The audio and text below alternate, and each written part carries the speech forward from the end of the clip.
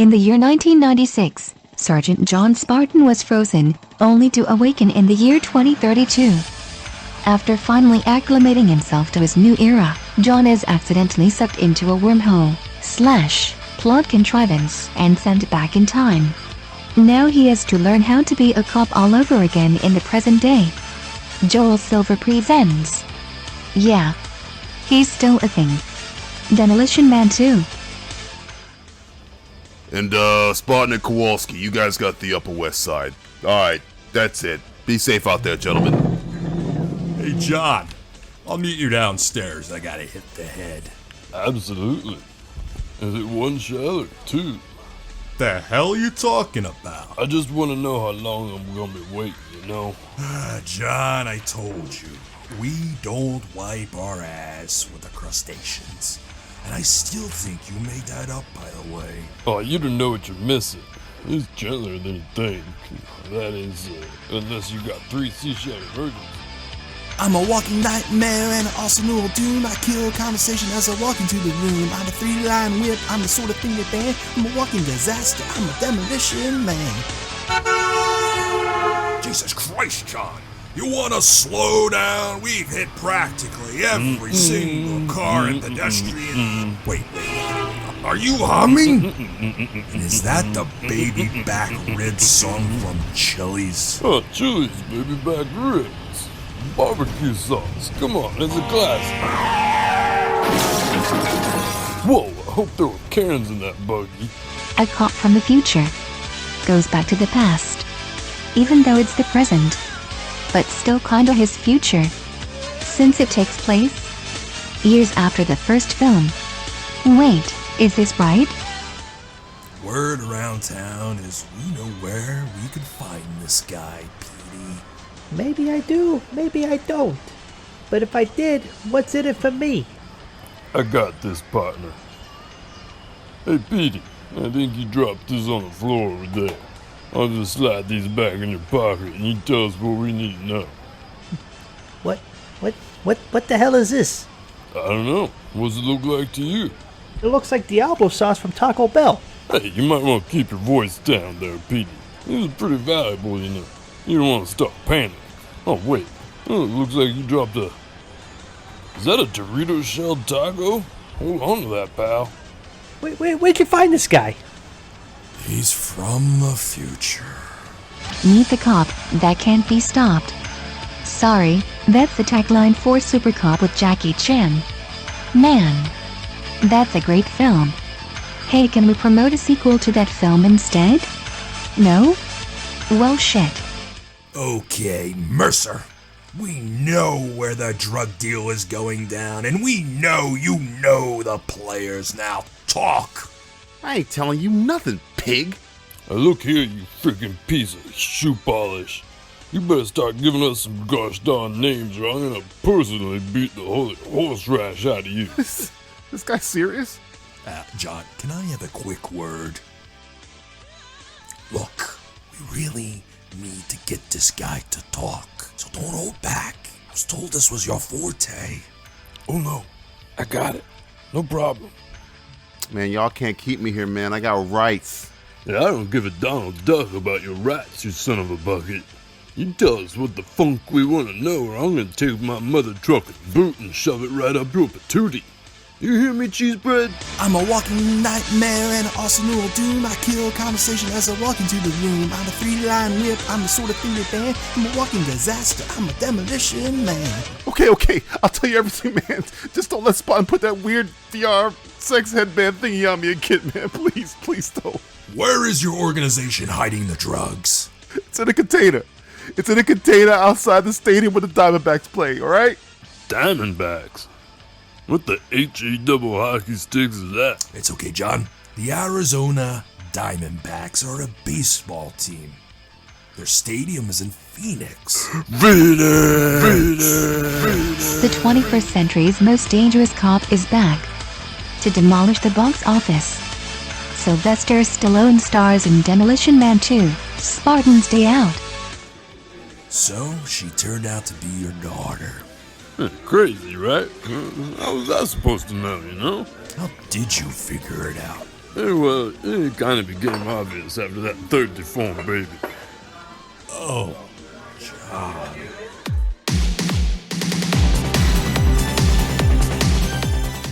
This is the Simplistic Reviews Podcast.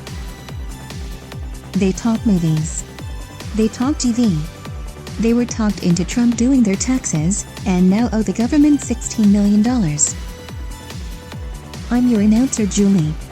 And, to be honest, sex trafficking is not even in the top 5 of crazy shit P. Diddy has done in his life.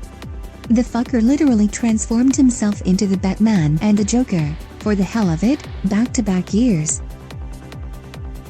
Here are your hosts, Matthew Stewart, DJ Valentine, and Justin Polizzi.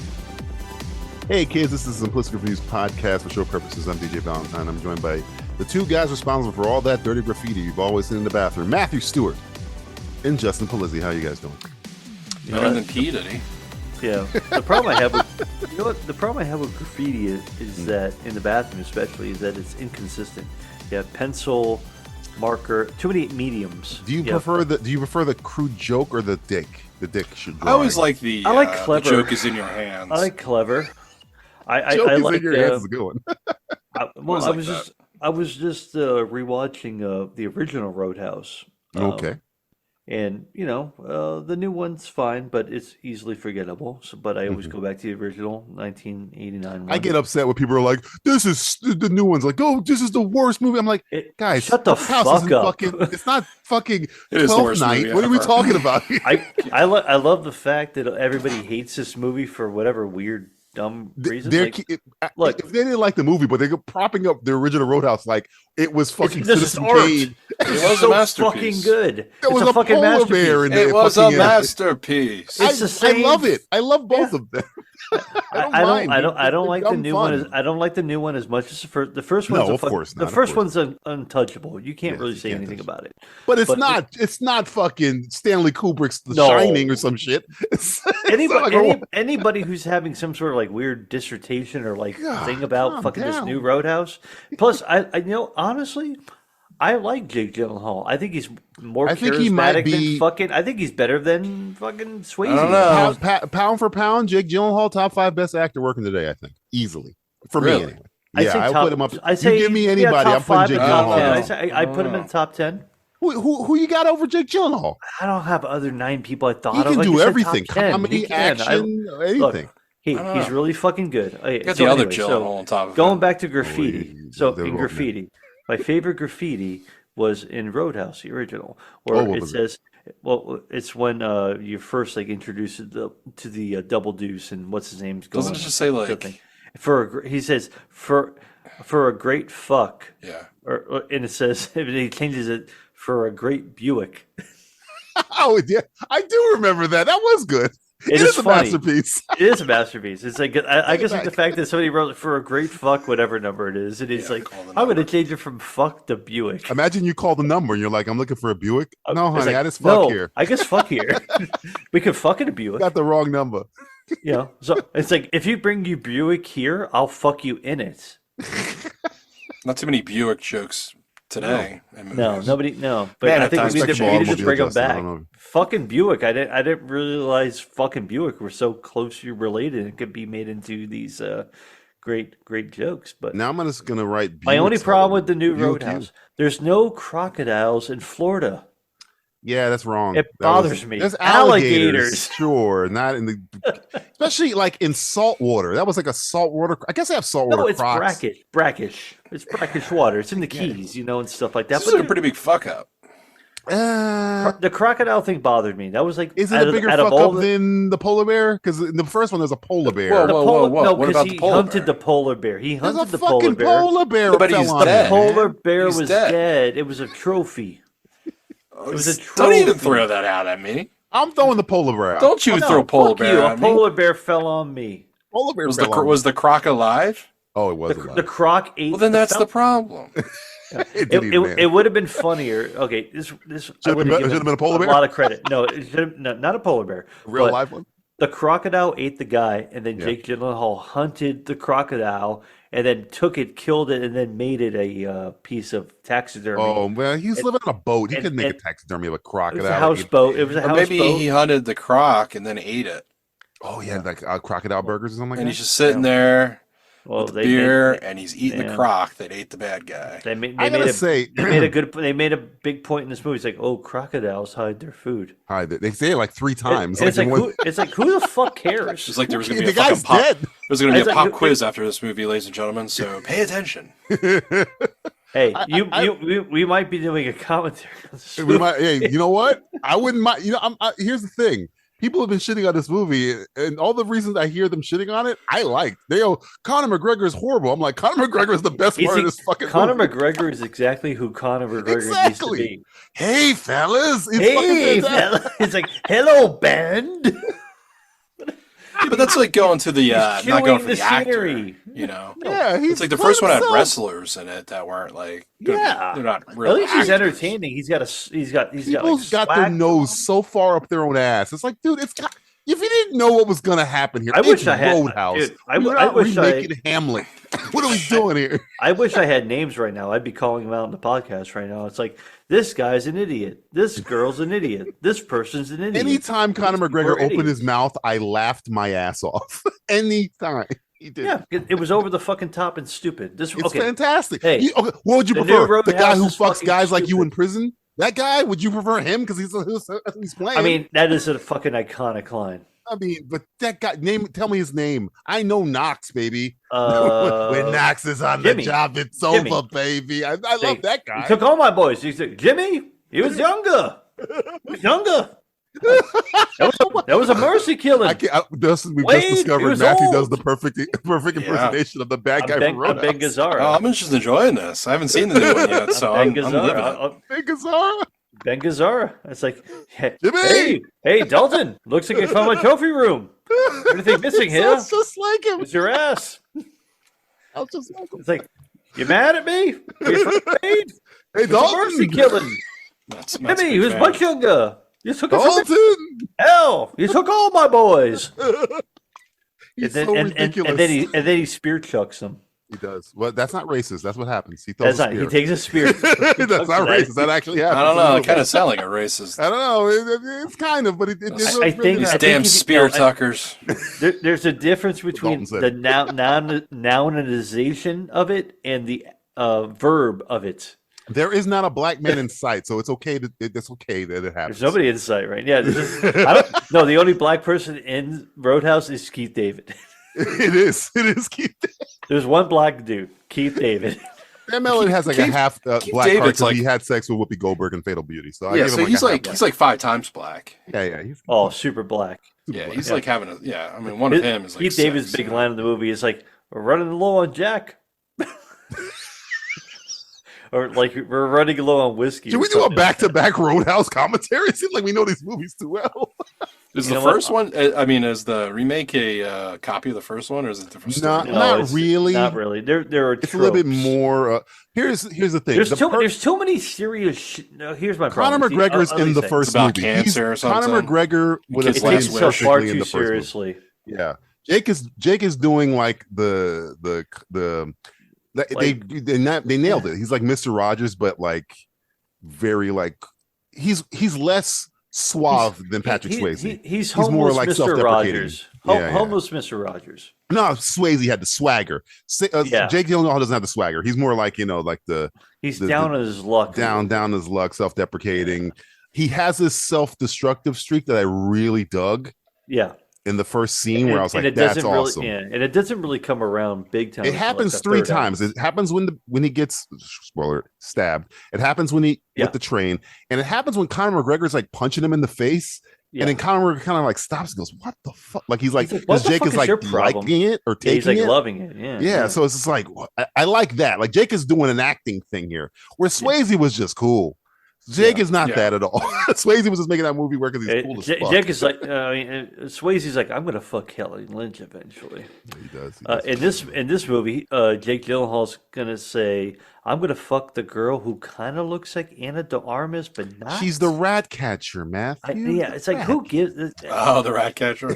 The rat. I'm glad you told me that. Is there any? I was like, ripping I've up the seen throats this. in I've seen one? this trick before, but I have no fucking clue. No, but there is a Lisa Nagaib move, which was I found crazy. It was like, oh wow, they did Doom Part 2 in this fucking. I did the exact. There was no throat ripping. There's a lot of slapping. There's people were complaining about the slapping. I'm like, the slapping did not bother. Wow, who the fuck is complaining about the slapping? Was in the trailer. Who the fuck is complaining about that? Well, Toby was, but it's Okay, fine. well, I'm sorry, Toby. Well, a lot of people are also complaining a lot about the CGI fighting. The CGI fighting was not necessary. No, There's CGI fighting. It's not CGI. It's like they're trying to do a Matrix thing. You know how they have like the cameras. Don't do Matrix thing. That's done. That's over with. Yeah, they did that, but at the same time, live action, regular speed bullet time is kind of what I like to call. Oh, they're doing like the new Bad Boys movie. That shot with the gun. They did that shot during the fight. Exactly. We'll get into that. We'll get into that. Going back to the 2000s. That shit didn't bother me though. People were like up in arms, like, "Oh, I can't believe the CGI fighting." Yeah, I'm up in arms. Most of the fighting looked fine. It looked good. Like when they put the camera down. Most of it looked fine. When they put the camera down, the fight's fine. When the camera starts flying all over the place, it's like, fuck, you don't need It's a little any annoying. of this. It's like, you're trying to go for that single take, whatever the fuck you're kind of trying to go for type thing. So good but for them. I think, Justin, you'll like it because Conor McGregor's he's in the movie we wanted. He's in the crazy movie. Yeah, everybody else is in the serious Roadhouse movie. Yeah, Connor's in the cartoon Roadhouse. And he's a cartoon character. He's a cartoon villain. I wrote that in my review on fantastic. I love it. Letterboxd. He's a cartoon villain. He entertained me. I was entertained by. He was the most entertaining part. Billy Magnuson was like weird on the boat with the whole shaving thing. It was like whatever. And then who else did I kind of like? The guy Conor from McGregor. Desperado. The bad guy from Desperado. I like Jessica Williams. I know she's an acquired taste. I thought she was funny. Which one is she? The owner? The black chick. Yeah. Yeah, the owner. Yeah. The one from. She's in the movie for like 5 minutes, so it's not but she's fun. She's funny. She's self-deprecating and funny enough. She's in the movie as much as the owner of the Double Deuce. Of the Double Deuce, pretty much. Like for barely same fucking character. And then the guy from Broad City who was in the menu and stuff like that. The guy who ends up in the cast. I found this movie. Yeah, I forgot about it. Yeah, I found this movie to be. Eventually, this lesson will say they're trying to create a movie version of Reacher, and it didn't work. That part, I'd say, it didn't work. I didn't like that. Because he's not Reacher. Reacher's got a different thing going. Yeah. Because he's a mountain of a man. He's a mountain of a man, and he has 18 books, so there's a lot of good stories. So this story is over. The story's over. No, you can't do that anymore with this. This is done. It's done. If they want, they will. But if they do, well, was it set up franchised? It does, but you don't need to. You never do. If there's money to be made, though, we'll see what happens. Speaking of franchise, so guys, I don't know if you know this, but Liam Neeson has a new action movie coming out, which means it's time to take the fucking elephant. Take the fucking elephant. And spoiler alert, it's not going to be Marlowe. It's the Liam Neeson centric game, and I gotta say, of all the Liam Neeson films we've played this game for, this one actually looks good. Oh yeah, I'm not even bullshitting. Neeson plays. Is he going to be in some sort of like ensemble cast? Kind of, a little bit. It's called In the Land of Saints and Sinners. Neeson is an aging hitman in a small Irish town, pursued by a small gang led by a woman named I forget her, Kelly Con. She was in Banshees of Inisherin, I think. She just got nominated for Academy Award. Kelly McConnell. I think it's Kelly McDonald. Kelly Condon, I think her name is. Yes, she's the bad guy in the movie. But the last time I had you guys guess the last badass line Neeson said in the trailer for the last one we did, which I swear to God I can't remember. I think it was like speed in a car or something like that. I don't remember what the fuck the movie was. These are the things I should have on my notes, but I have other.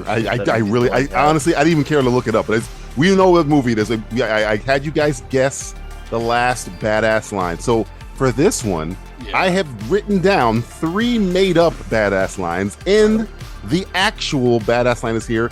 and I want to see if you guys can guess it. So I have the lines here. There's 4 of them here. Ooh, You guys are gonna guess what is the last badass line Liam Neeson says in the Lands of Saints and Sinners trailer. Trailer. Okay. Okay, so the first one here is when you're at your end, you better make your peace. That's the first one. Second one, sometimes the only way to get to heaven is to go through hell. Next one, I'm not the one you save. I'm just the one you pray for. Next one, Wow, there's 4. if there is a God, you're about to meet him. Which one is the last badass line Liam Neeson says in the trailer for In the Land of Saints and Sinners? I'm going with the first one. You going with the first one? All right. Justin, what do you got? Repeat the first one, please. When you're at your end, better make your peace. Yeah, why not? I like them all. They're all pretty good. Even the Pretty made good, up ones are good.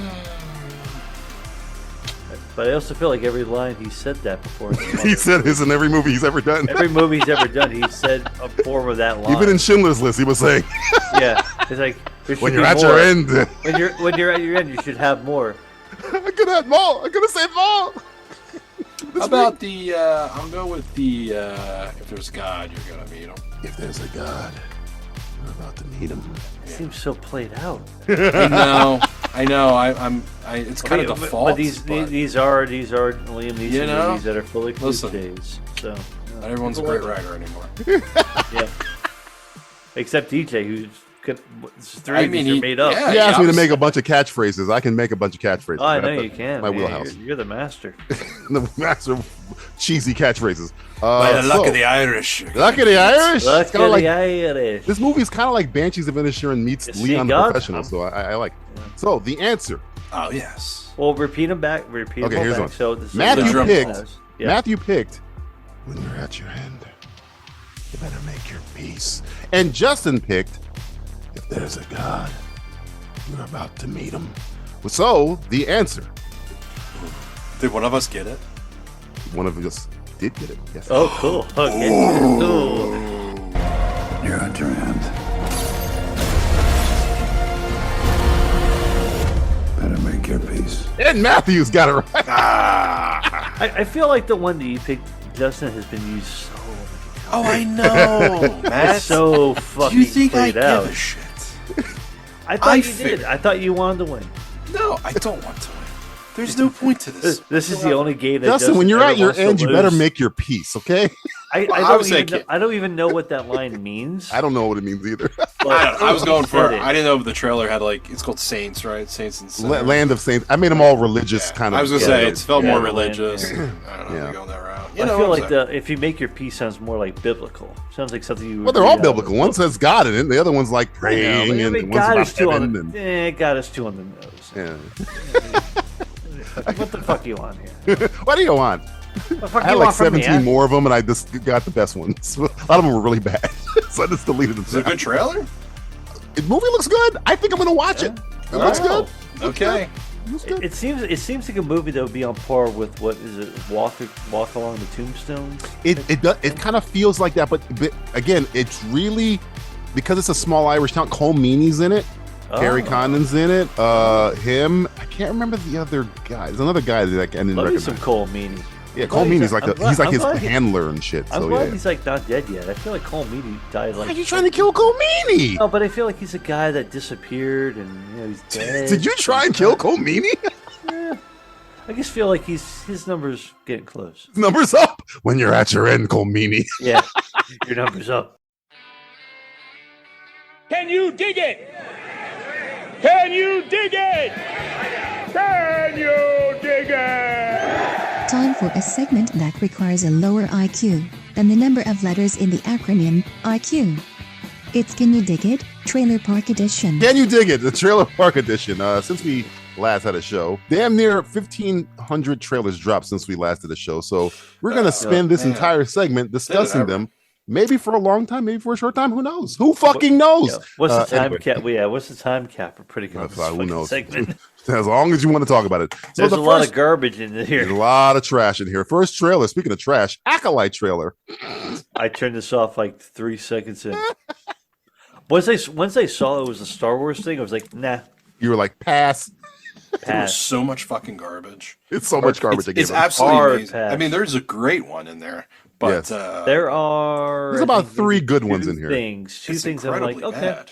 3. There's a lot, guys. So trust me, there's a lot. There's about 3 good ones. I picked out of here. I think you sent us 7. Well, no, I sent you more than 7. 1, 2, 3, 4, 5, 6, 7, 8, 9, 10, 11 trailers. There were a couple that I had. And I watched them all. Yeah. I'm going to guess Matt didn't watch any of them. No, I bet you. Okay. Justin, can we guess the trailer Matthew did not watch? Justin can't talk. You're going to talk to me now. You tell me what trailer. Give me the trailer. Acolyte trailer. No. Right out the gate. Well, we all agree we didn't watch it. Trailer 2, go. So we're just not Justin. Anything about the Acolyte before we move on? No, he has nothing to say. He made his peace with God. He made his Justin, peace when you were at your end, did you make your peace? Yeah. He made it with the Maker just now.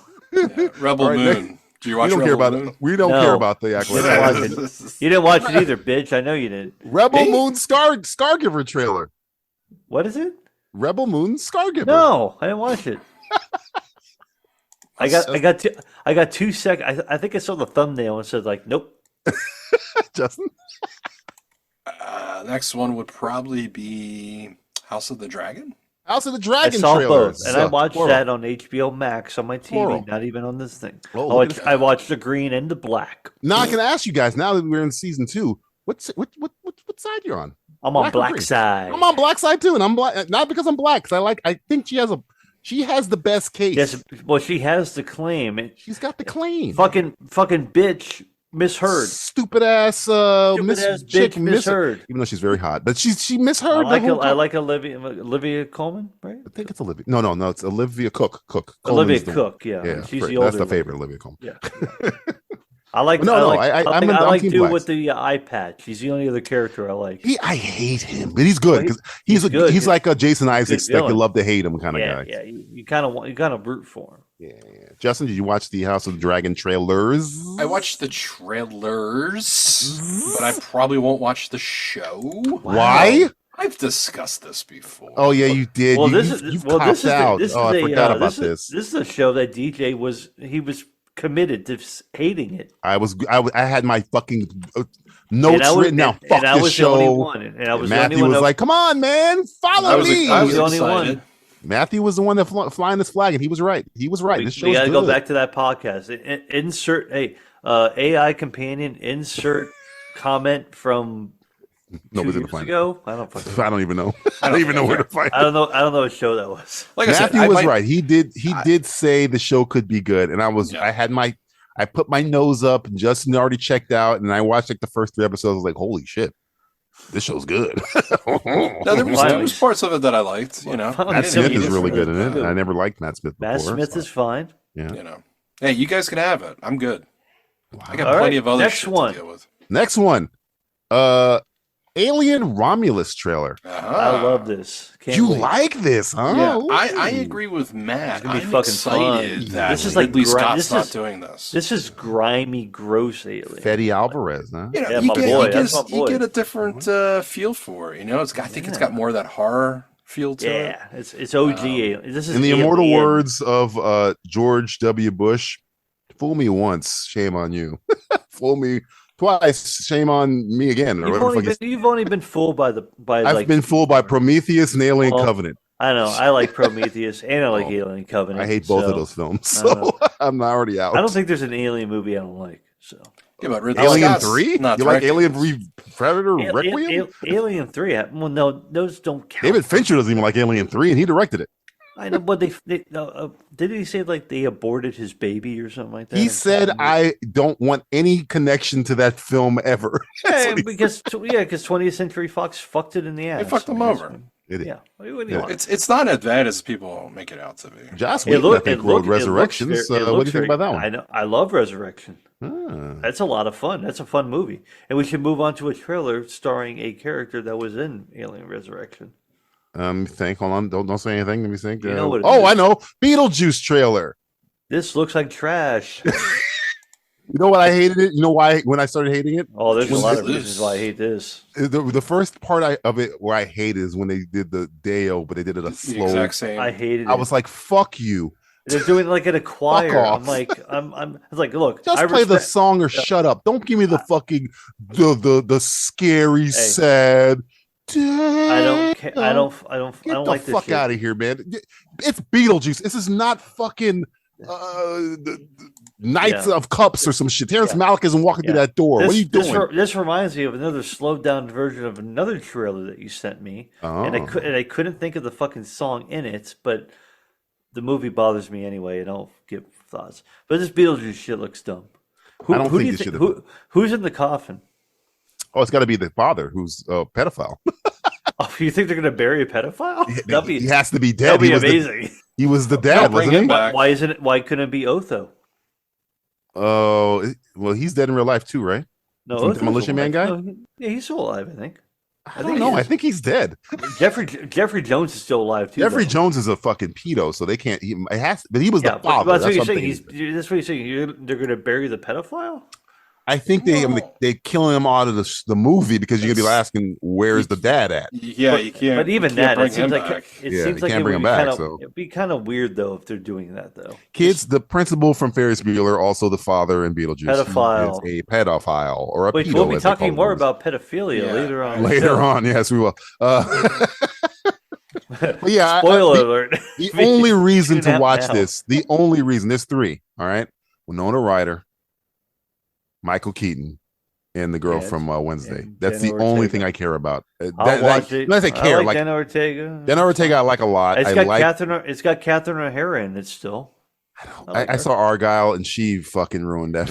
And I don't think anything can. I don't think anything. Nothing could have saved it, but she was not. She did not help it. It doesn't fucking matter. It's like I have no interest in watching the show. If he'd have said nice fucking model in the trailer, it would have won me over, but he didn't. Maybe it will. Maybe he'll say it in the movie. Oh, I don't know. Maybe they're going to do all these wonderful things again, where they just kind of rehash Mamba Berry's movie. All this other fucking garbage. Remember the head shrinking scene? Remember, like, how do he get his head back? How do he fix his head?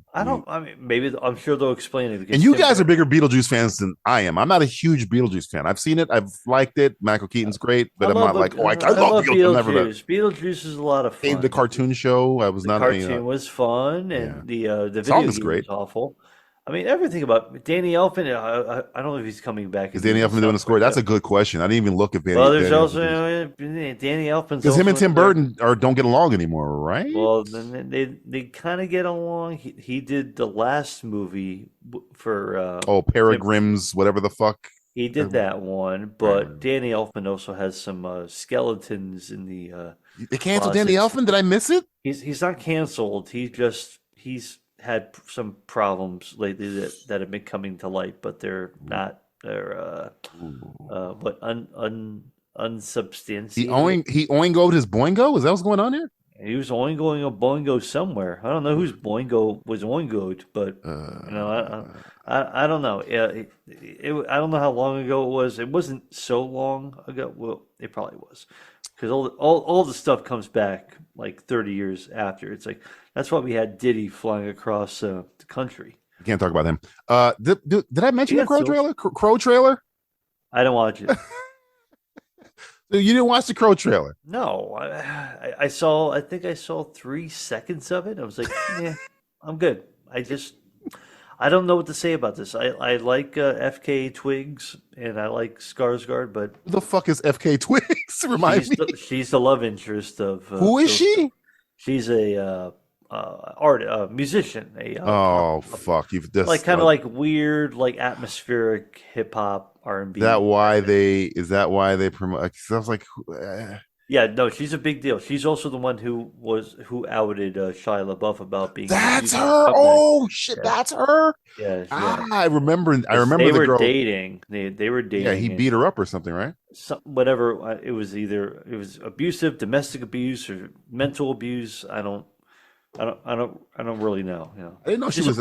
She's more of a singer. This is her first. She's a singer. She's like, I think this is her first acting role. Like she's most known for like this video where she's like being tied up by her hair. Search it. It's on the. I forgot. Is Shia LaBeouf in the video? No, he's not. He's on one. He's on the one tying the knots. It's like her long weave hair is like putting her in like suspension bondage and shit like that. It's a weird one. So how about the Furiosa trailer? I saw it. I watched it. I don't care really about the movie. Am I the only one excited about this movie? I think it's if this was a sequel, I would care more.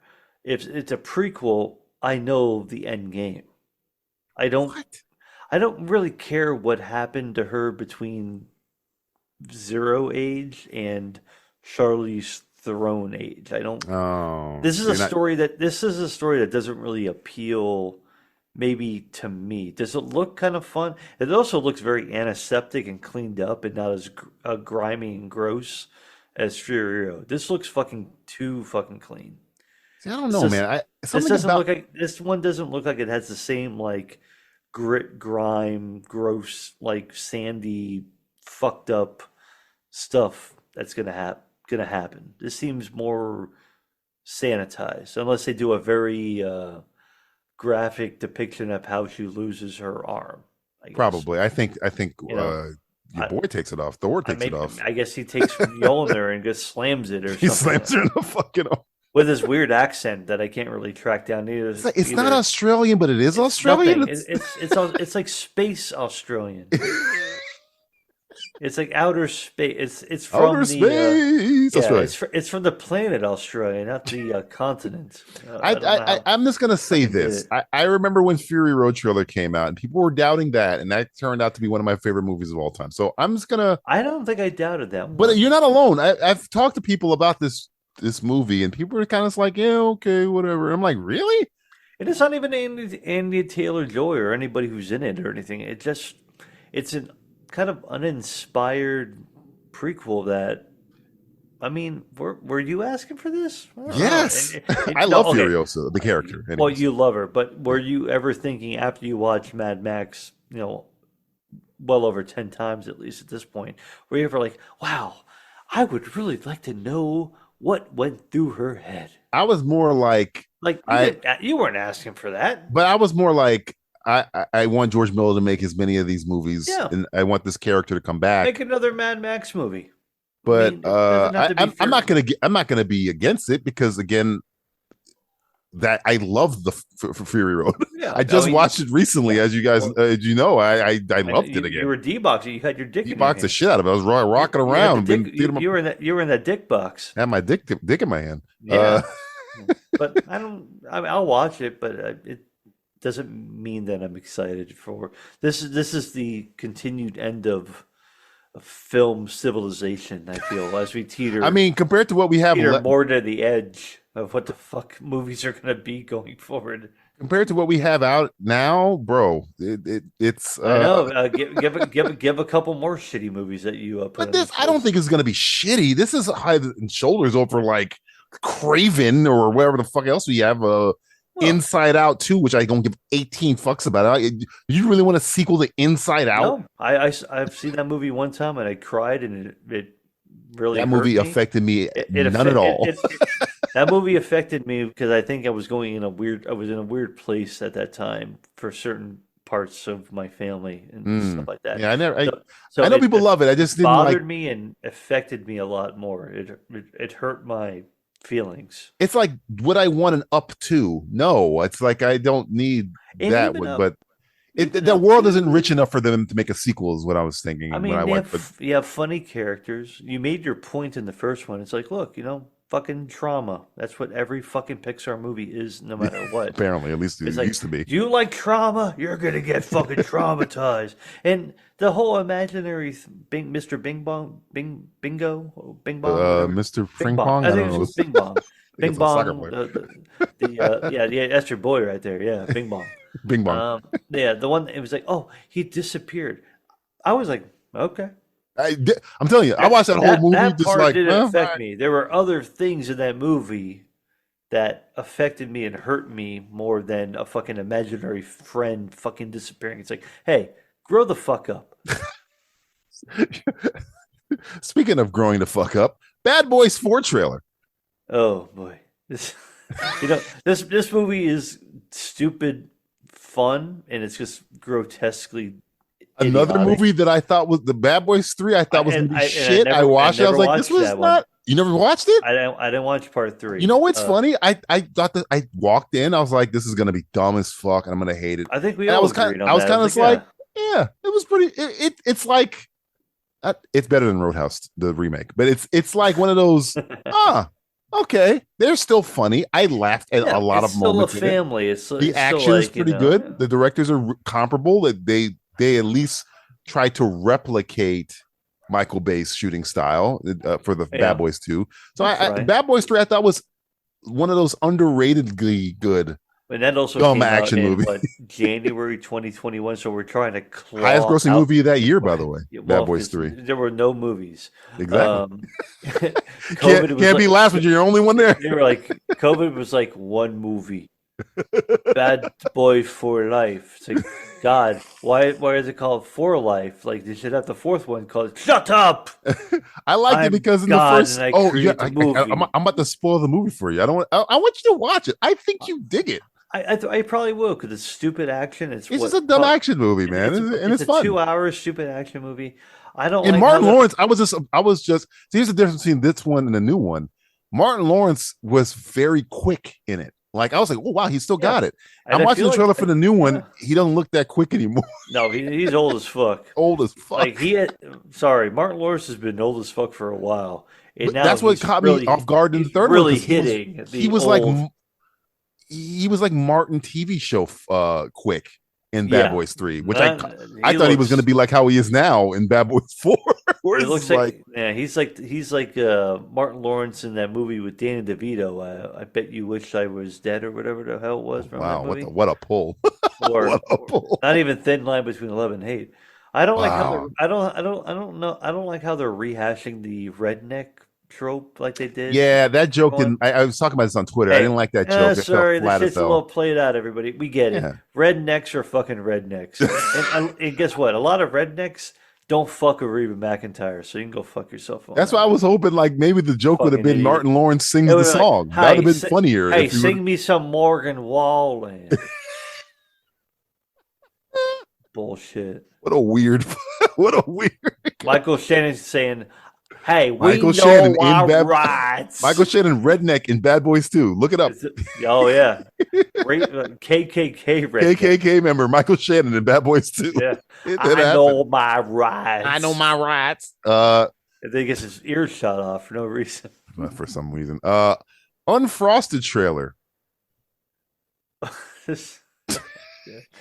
I'm so interested in what you got to say about this, man, because I don't know. I'm kind of at my wit's end with like these Netflix movies that come out. Like I don't know. Some of them are good, most of them are bad. I don't know what bothers me more, like the movie that's created, or at the very end they always put every single person in the cast on a screen. It's like, wow. Every actor on this entire frame, a 16:9 frame, maybe a bigger frame if you're watching in a theater, it's every actor in Hollywood starring in one movie. What's the name of that movie with Leo and Meryl Streep? What was that movie? It was the same thing. It was like up in the air. Is it up in the air? Yeah. Look out below. Look out below. Some bullshit. It was the same thing. It had Tyler Perry and Kate Blanchett and Leo. It's like every motherfucker who's ever existed. Everybody who's ever acted in a movie, they're in this. It's silly. That's the thing that Jerry Seinfeld's directing this. He wrote it. He directs this? I didn't know that. He directs it. I think he wrote it as well. Oh. I mean, hey, you're a cereal guy. I love cereal. Jerry Seinfeld's a cereal guy, so he's like doing a breakfast movie. But it's about Pop-Tarts. I hate Pop-Tarts. It's like, but it's still breakfasty. I mean, that's true. I think it's gonna be. It looks like a long 30 Rock sketch. It's a long 30 Rock sketch, or it's basically the dictator takes on the founder with Michael Keaton. But the founder was serious. Yeah, this seems serious in a weird. Okay, you know what? This is The Interview meets the founder. That's more like it. That's more like it. That's what this movie is. What's it called? It's called Super Hot, Super Unfrosted, Super Hot. Get Diddy out of your mind. Super Hot Fire. That's somebody else. It's called Frost Me, baby. Oh boy. And last one. The Penguin trailer? I know you're the Batman, Mark, so I know where you feel on this one. But you do. Honestly, the Penguin was probably the most interesting and fun part of the Batman. The Batman is not a very uplifting movie. It's pretty gloomy. Yes. Very gloomy. Yes. Gloomy with a chance of Batman. With a chance of meatballs. This is a fucking weather report of a movie, and I like the. I don't know if I like Penguin Gangster or I like the Penguin that I know in other Batman. It doesn't have to be Burgess Meredith Penguin, but it's got to be somewhere between creepy Penguin, like kind of. It matters the universe. That's why I think they can all fit because Burgess Meredith's Penguin fits in that universe. Dan DeVito's Penguin fits in Tim Burton's universe. Yeah. Colin Farrell's Penguin fits in this universe fantastically. Though this, to me, just seems really good because, like you're saying, I'll watch it. I like it. It's got my girl from How I Met Your Mother in it too. And isn't that the one he meets? That's not the mother. I think it's the mother, right? That's the mother, right? I think, but she wasn't in the Batman. I don't think. No. She's in that. She ends up being the mother in How I Met Your Mother, I believe. Yeah, she does. That's why everybody hated her for a long time too. But she's also the pre-wife of Leo in Wolf of Wall Street. So.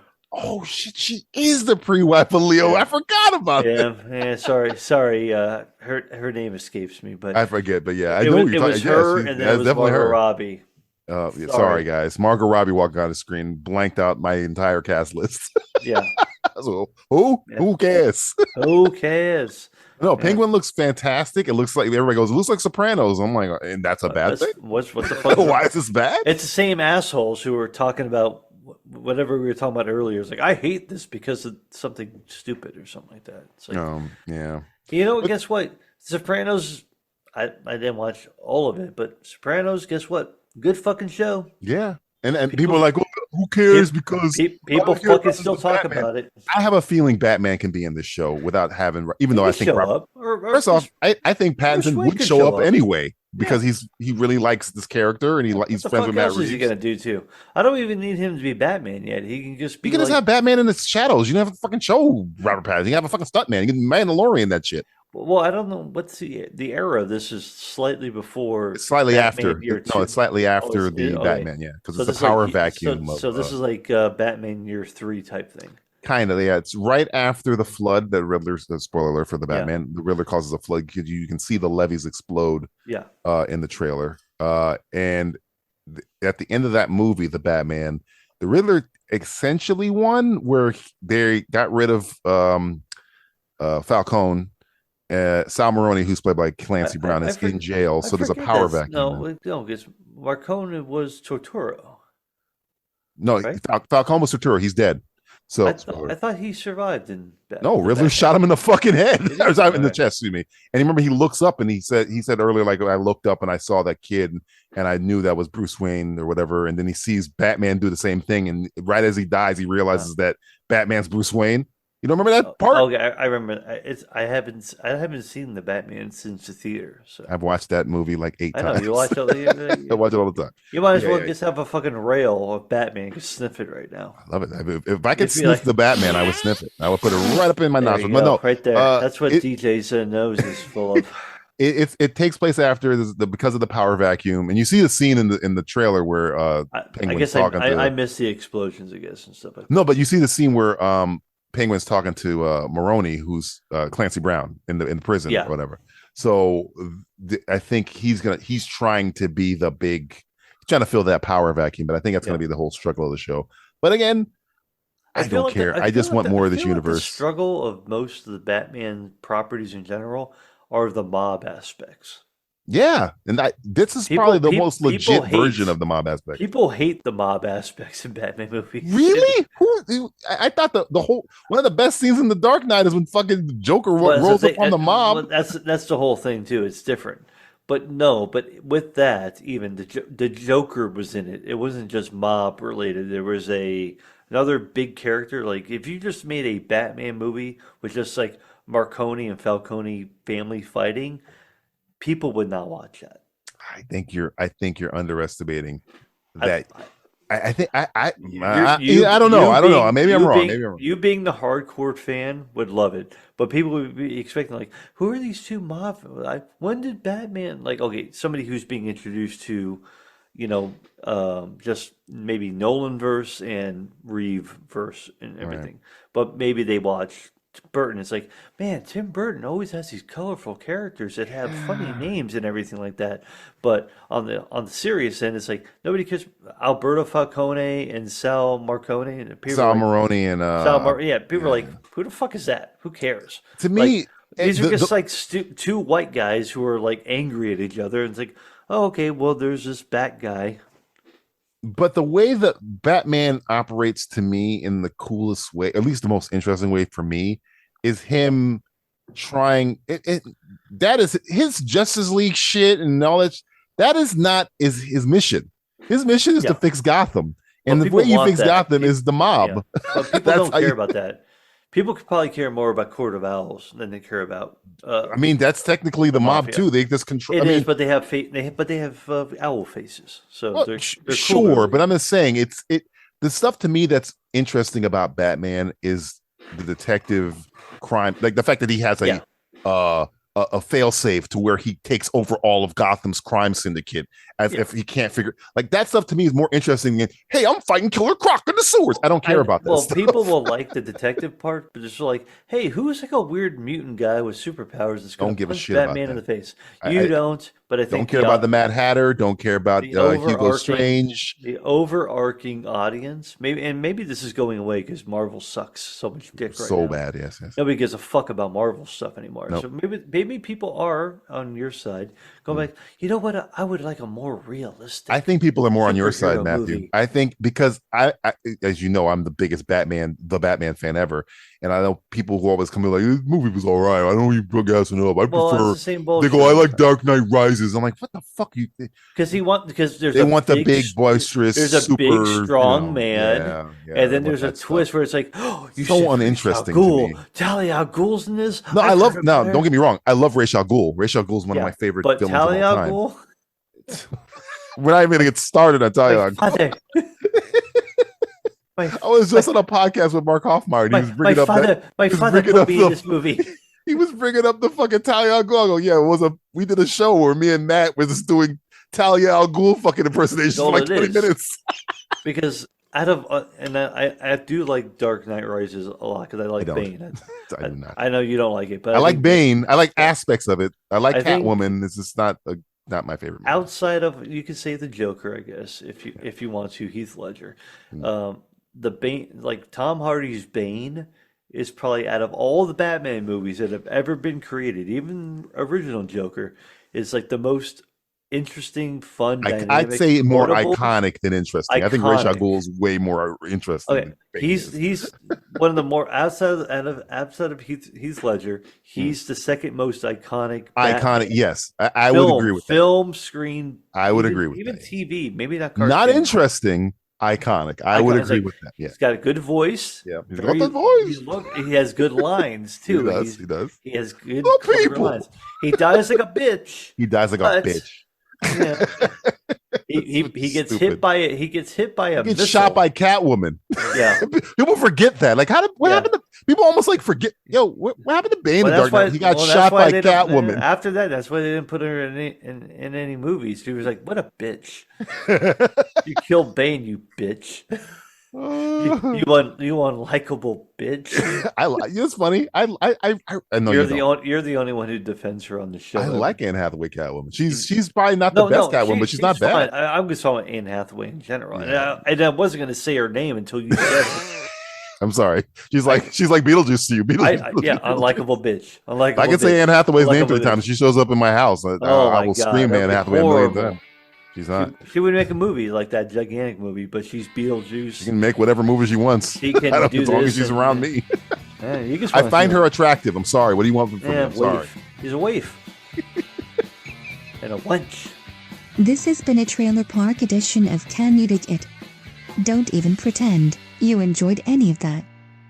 All right, let's do some TV roundup. Okay.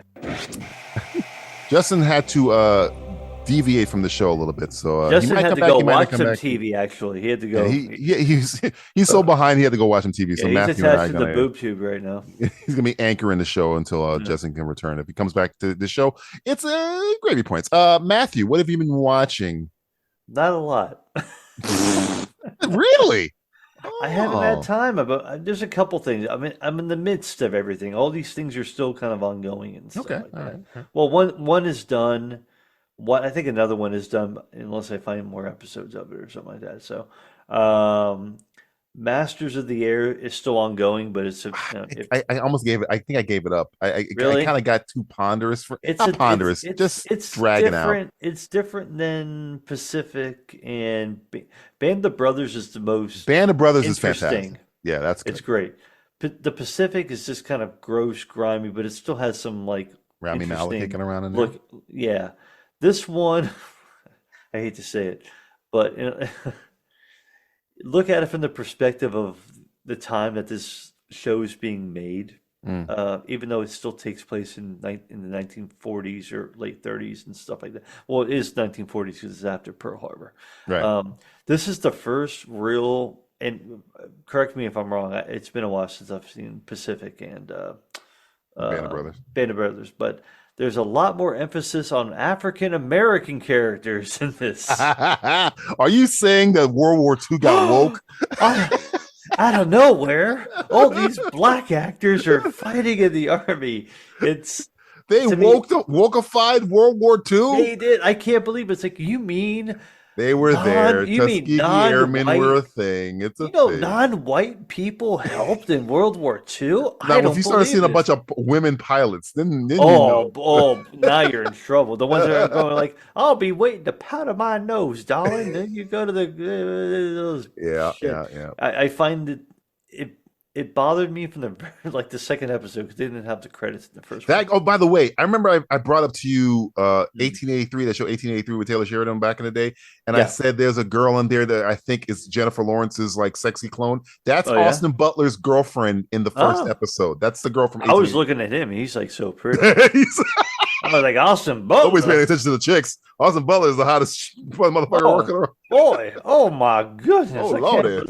Fade Routher, holy Lord. Holy lordy moly. That's why they brought the black characters. Fought well, Atreides. Say that cool stuff. Every time I see him now, I just go, you fought well, Atreides. Atreides.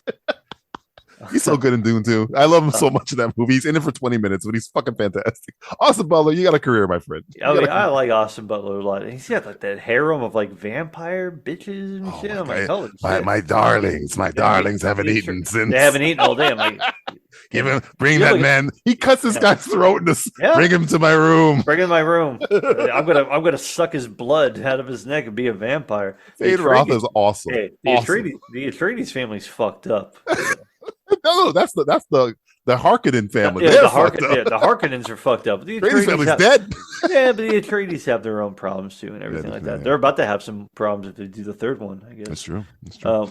Anyway, Austin Butler flying an airplane. There's another show on Apple Plus, and for some reason the name escapes me right now. It's the what fucking show is it? It's a newer show. Okay. On Apple Plus. I'm watching. I have an Apple Plus show. Maybe it's the one I'm talking about. I can't think of the fucking name. What's it about? I don't know. I can't even think of what it is. Must not be that great. I watched 2 episodes of it. And I was like, Jesus. I'm going to watch more. I was watching what they call. Fuck. I can't. Okay, we'll go back. Maybe it's one of your shows, and I'll think about it later on. Shogun. I'm not caught up, but hey, if you get into Shogun and you watch. If you're not in by episode 2, I can see where you might want to check out. After episode 2, after the assassination thing, if you're not in on the show, I guess Shogun's not for you. So okay, now Shogun's very high on my list, so maybe we should talk about it now because Shogun. Shogun is. I guess it depends on how long we're going to talk about it, I guess. It's almost so good. I don't want to spoil it. It's fucking good. Like, it's probably it's good. top And it's 5 old best also, things. by the way. This is the second version of Shogun. And the miniseries with Chamberlain. I can't remember the guy. Richard Chamberlain. Richard, it's good. This and it's funny. I had seen it like when they announced this show, just to refresh my memory, and I forgot everything other than he was a sailor and stuff like that. I remember that. I never saw the original. It's before my time. It's on YouTube. You can watch the whole thing on YouTube right now. That's why I watched it. But going into Shogun, I was like, I hope this is good. And Disney started when they announced it. We talked about this, and we were like, "Oh, this looks actually good." Right, but this was before Disney started taking a crap. Right, so now Disney's in the doldrums. This is probably the best thing they've done. Is this a BBC co-op though? I don't think so because they announced this at I guess it's all Fox. Yeah, this is all Fox. They announced this on D23 like 3 years ago. Yeah. So when I heard that, I was like, oh, this again. Disney was not in the crapper at this point, or at least publicly. So I didn't. This was probably likely all filmed before that bullshit. Yeah. So I was kind of like, I was interested. I go, you can remake that. That'd be good.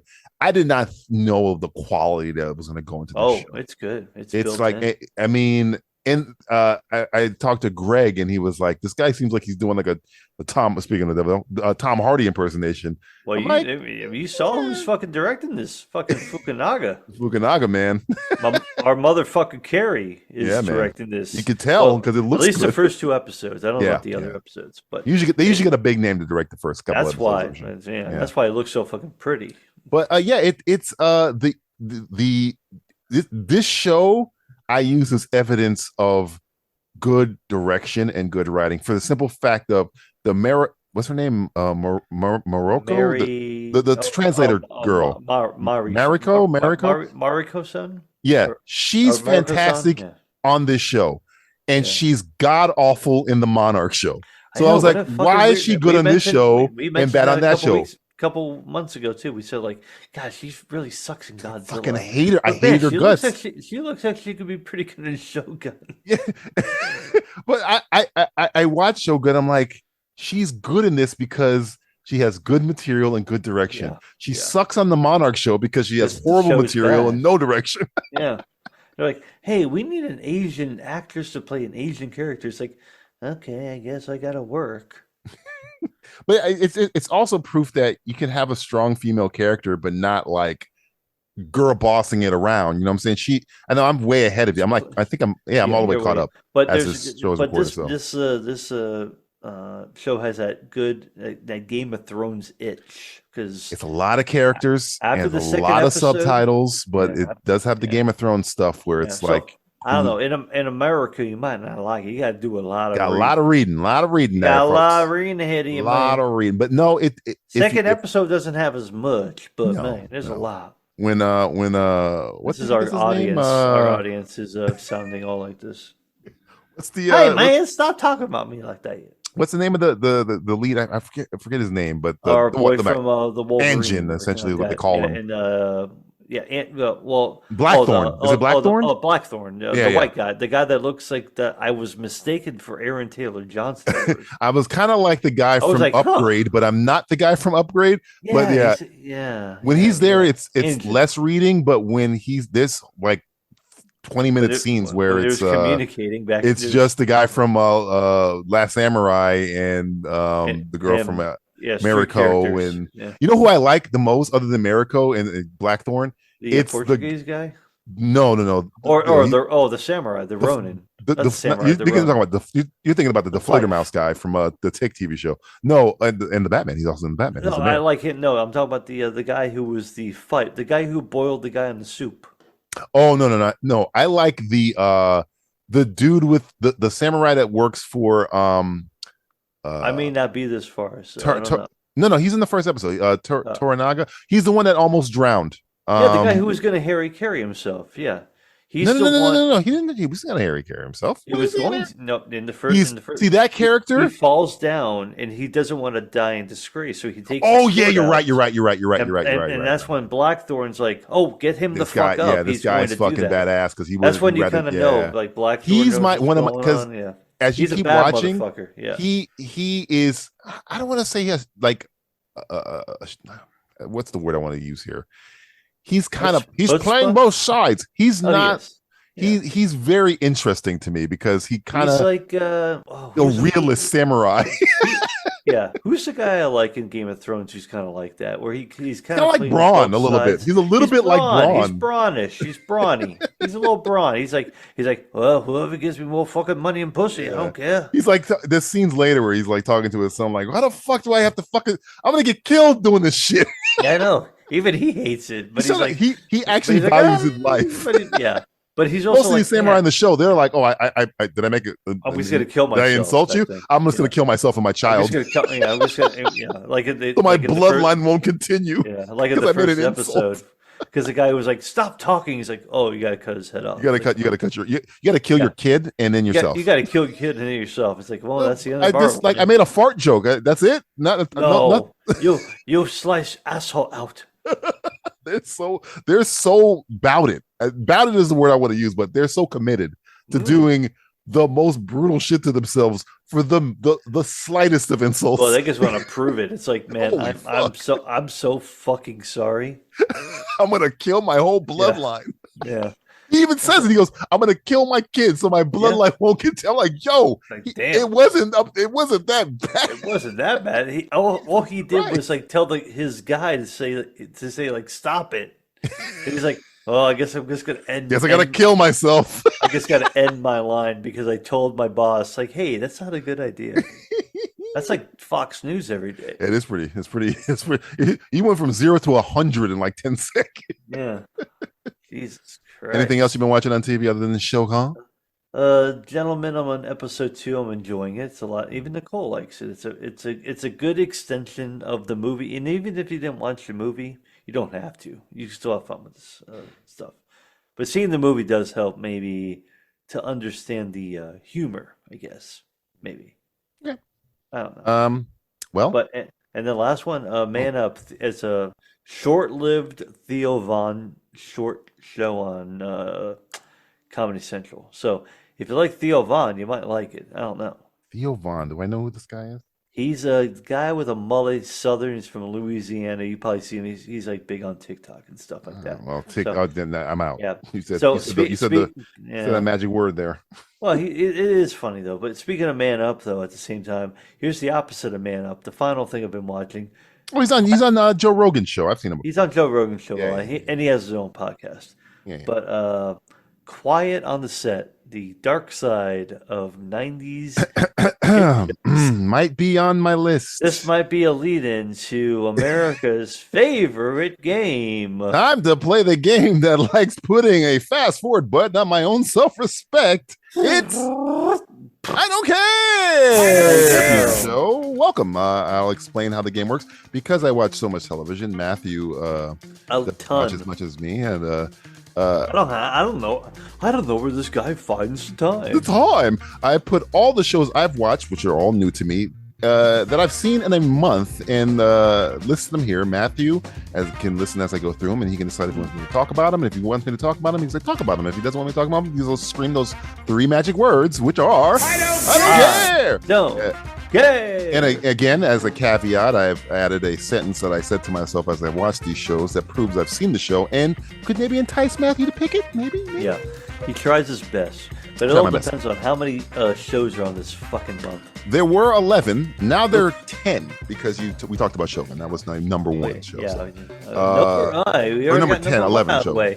We should start with the worst show, maybe. Sorry, it was my number 11 show. Hey, how about we go backwards like we've done in the past? Because we already got number 1 out of the way. Well, here's the thing. Here's the thing, Matthew. There's only one show on this list that I didn't like. Every other show I liked. Yeah, I liked pretty much everything on this list. He might have even liked number 10. I did. I really did like number 10. Wow, I hate this. I hate to hear about the show that you hated. I mean, I didn't hate it. It's just like compared to the one. It's like every other show I love. But why wouldn't that show be number 10 then? Shut up. Starting at number 1, Apple TV. Too much sense. Manhunt. That was the one I forgot about. I knew it was the one you forgot. I was like, it's gotta be this one. And my comment was, that's the worst Lincoln I've ever seen. It was pretty bad. He's horrible. I guess Lincoln talked that way though. I don't know. You want me to talk about how much I didn't like this show? I'm gonna watch the rest of it because I do like that era of history, but I don't like. What was the big thing I was seeing? Patton Oswalt using parlance of the word creep. Technically, they found out that he could say it. It was made up in the 1800s. So, creep sounds like a word that's been used for a long time. It has been used for a long time. It seems like more of a sneaking word. They fact-checked the guy that made the insult. I was about to say. Yeah. It's like... It's fine. There's two words of creep. It's like somebody's creepy and like being... They looked up the actual way he used it. It was fine. It was fine. I guess I found somebody was just trying to be a troll, and they fucking. I know, but I find it funny that it was like Patton Oswalt who got like stuck with all the people they're gonna use. So you want me to talk about it? No, I don't care. All right, moving on to the next one. ITV. We just talked about the most important part of the fucking. True. We did. ITV. The show is called. ITV is what, independent. Television? Sure. Oh, investigative? No, that's ID. That's ID TV. I'm just telling you the name of the channel. ITV. ITV on TV? I don't know. The television, this show is called The Prisoner. And the line I had for it was, Van Damme is a goddamn thief. Van Damme's in this? No. Hold on. You said Van Damme is a goddamn thief. That's what I said while I was watching the show The Prisoner on ITV. Okay. Because Van Damme wasn't he in a movie called The Prisoner? No. Oh. Okay, so Van Damme stole everything from. So this is an old show. What's this, like 1978 or something like that? Sure. I don't know. How you want me to talk about it? I just want to know what. Okay. I don't care about talking about it. Okay, moving on. Netflix is on. I want to know the year. I don't know. I really don't. Is it old? 60s, 70s, maybe. I don't know. Oh, okay. So it's an old show. That's what I was saying. Okay. Netflix's own Griselda. And the line I said is, she's too hot to be a drug-dealing granny. Oh, yeah. I thought we talked about this before. I think Freddie talked about this before. Yeah, he was like saying it's a good show. I'm sure I believe Freddie.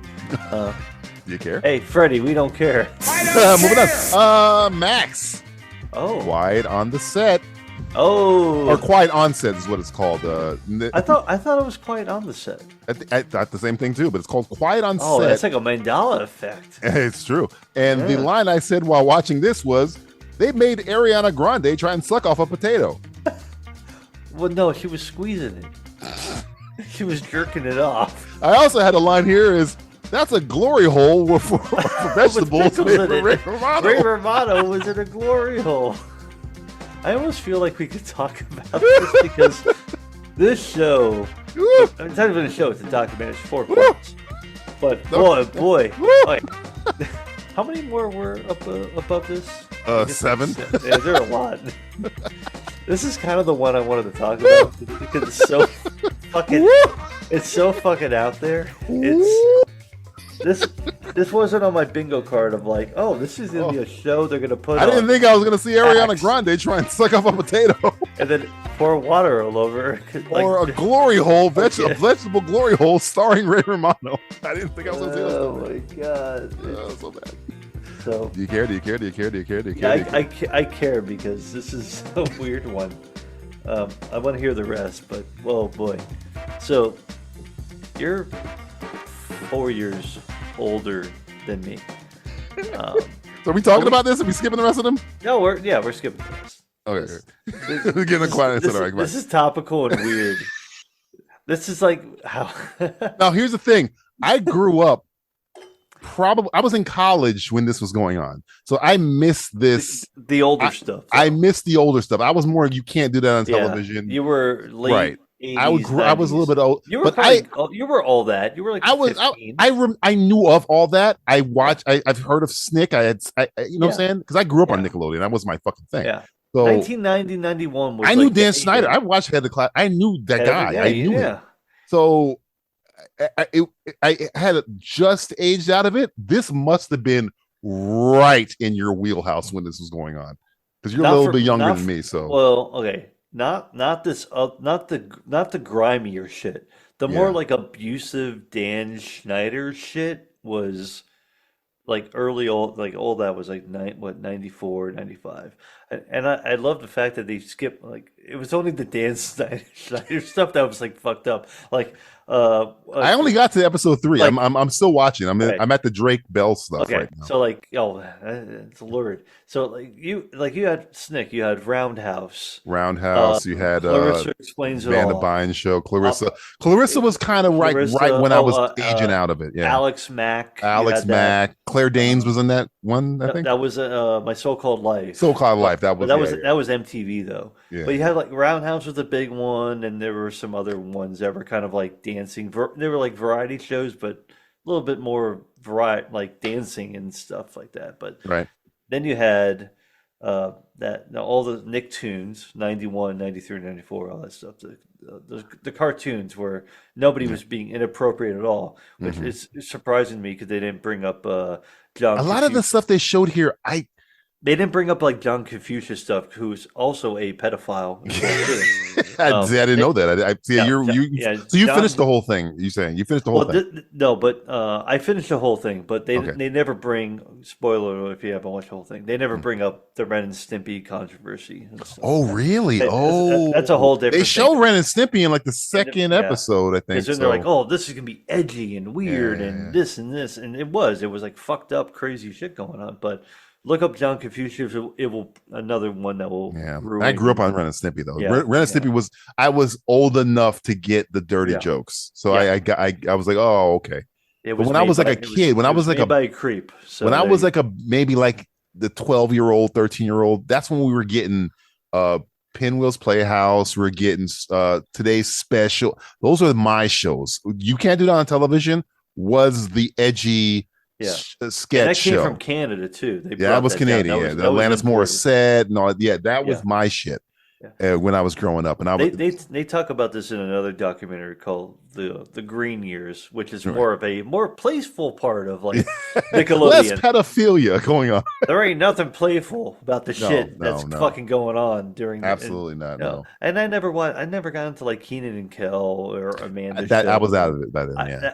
After maybe season 1 or season 2 of all that, I was like, yeah, I'm good. I'm moving on. I might watch Figure It Out or something like that because it's Summer Sanders. Now, my sister, the reason why I know about Drake and Josh because my sister was watching Drake and Josh. I knew nothing about this until there's people that I work with now that are slightly younger than I am, and they know all about Drake and Josh, and I'm like, what the fuck? It's like. It's not a huge generational gap, but there's people that I know that are 6 years younger than me, 5 years younger than me. They're like, oh, yeah, I used to watch that show. I'm like, I fucking never did. I have no fucking clue who Drake Bell is. And I didn't know he was, I knew Drake Bell. I didn't know he was the fucking kid who told Tom Cruise to go fuck you. I didn't. They were showing the clips, and I'm like, oh, he's the kid from Jerry Maguire. And then they showed the Seinfeld clip. I was like, oh shit, he was the fucking guy. He was Frogger kid. He's like, thanks a lot, beat a punk. Yeah, I forgot about that. I didn't fucking know that was Drake Bell because I was already aged out of it. So okay, up until before that episode, because you're ahead of me, you've seen the whole thing. Yeah, well, you've seen the first 3. I've seen the up to Drake Bell. Yeah. So, have you seen all of Drake Bell? No, I've seen like maybe 50% of Drake Bell. So I'm not done yet. So you're at episode 2.5. 2.5 essentially. So yeah. Oh, okay. The stuff that creeped me out the most. Or the thing that made me go, oh man, was the John Wayne Gacy thing. That caught me way the fuck off guard. The pickle guy. Brian Peck. Brian Peck. Yeah. Where he has, if you haven't seen this show, one of the, I think he was a line producer or he was dialogue guy or something. Coach. Yeah. He doubled he showed up on the show sometimes. The pickle man. He had a pickle guy or whatever. Pickle man. Had some of the cast over to his house, and one of the cast members, the kids, again, they're like 14 years old. Yeah, I think it was one of the kids from All That or something like that. Yeah, he saw a picture of a clown in his room, and the guy was so like, oh, you like that? Let me show it to you. And it was a fucking signed picture of John Wayne Gacy. Yeah, and he was a fucking pen pal to John. Kids, if you don't know who John Wayne Gacy is, you ever seen Silence of the Lambs? He was just a fun-loving guy. Fun-loving guy. Like if Pennywise the Clown was a real guy. Yeah, it's more of that. Yeah, because if anything, Buffalo Bill and Silence Buffalo Bill is taken from John Wayne Gacy. He Bundy, was a fucking Dahmer, stuff Dahmer. like that. Yeah, he's a serial killer. So that see, I had heard about the pedophilia. The connections to serial murderers, didn't see that coming at all. That caught me way the fuck off guard. It's kind of glazed over. I think that's a little bit more of those. Yeah, I would like, hey, can we spend like 20 minutes on the fact that this guy knew John Wayne Gacy? Can we talk about this record? If it was anybody else who maybe it would have been a big deal. But it's but even stuff like that's kind of weird because I guess kids, as young kids, have good memories and everything. But this is like how many years later? It's like, I'm sure it was probably a creepy fucking pen pal thing from John Wayne Gacy and stuff like that. What a weird connection. That is, oof. Yeah. I mean, the stuff with the stuff with the emailing and the that stuff is just gross. But we had heard about that. I didn't know about like the writers' room stuff. Caught me. I thought was interesting in episode 1. I'm not. Are you shocked? I'm not shocked at all, but I never heard about it. I knew about the kid abuse, but I didn't know about I'm going to have this writer pretend to be sodomized while she pitches me an idea. I was like, what the?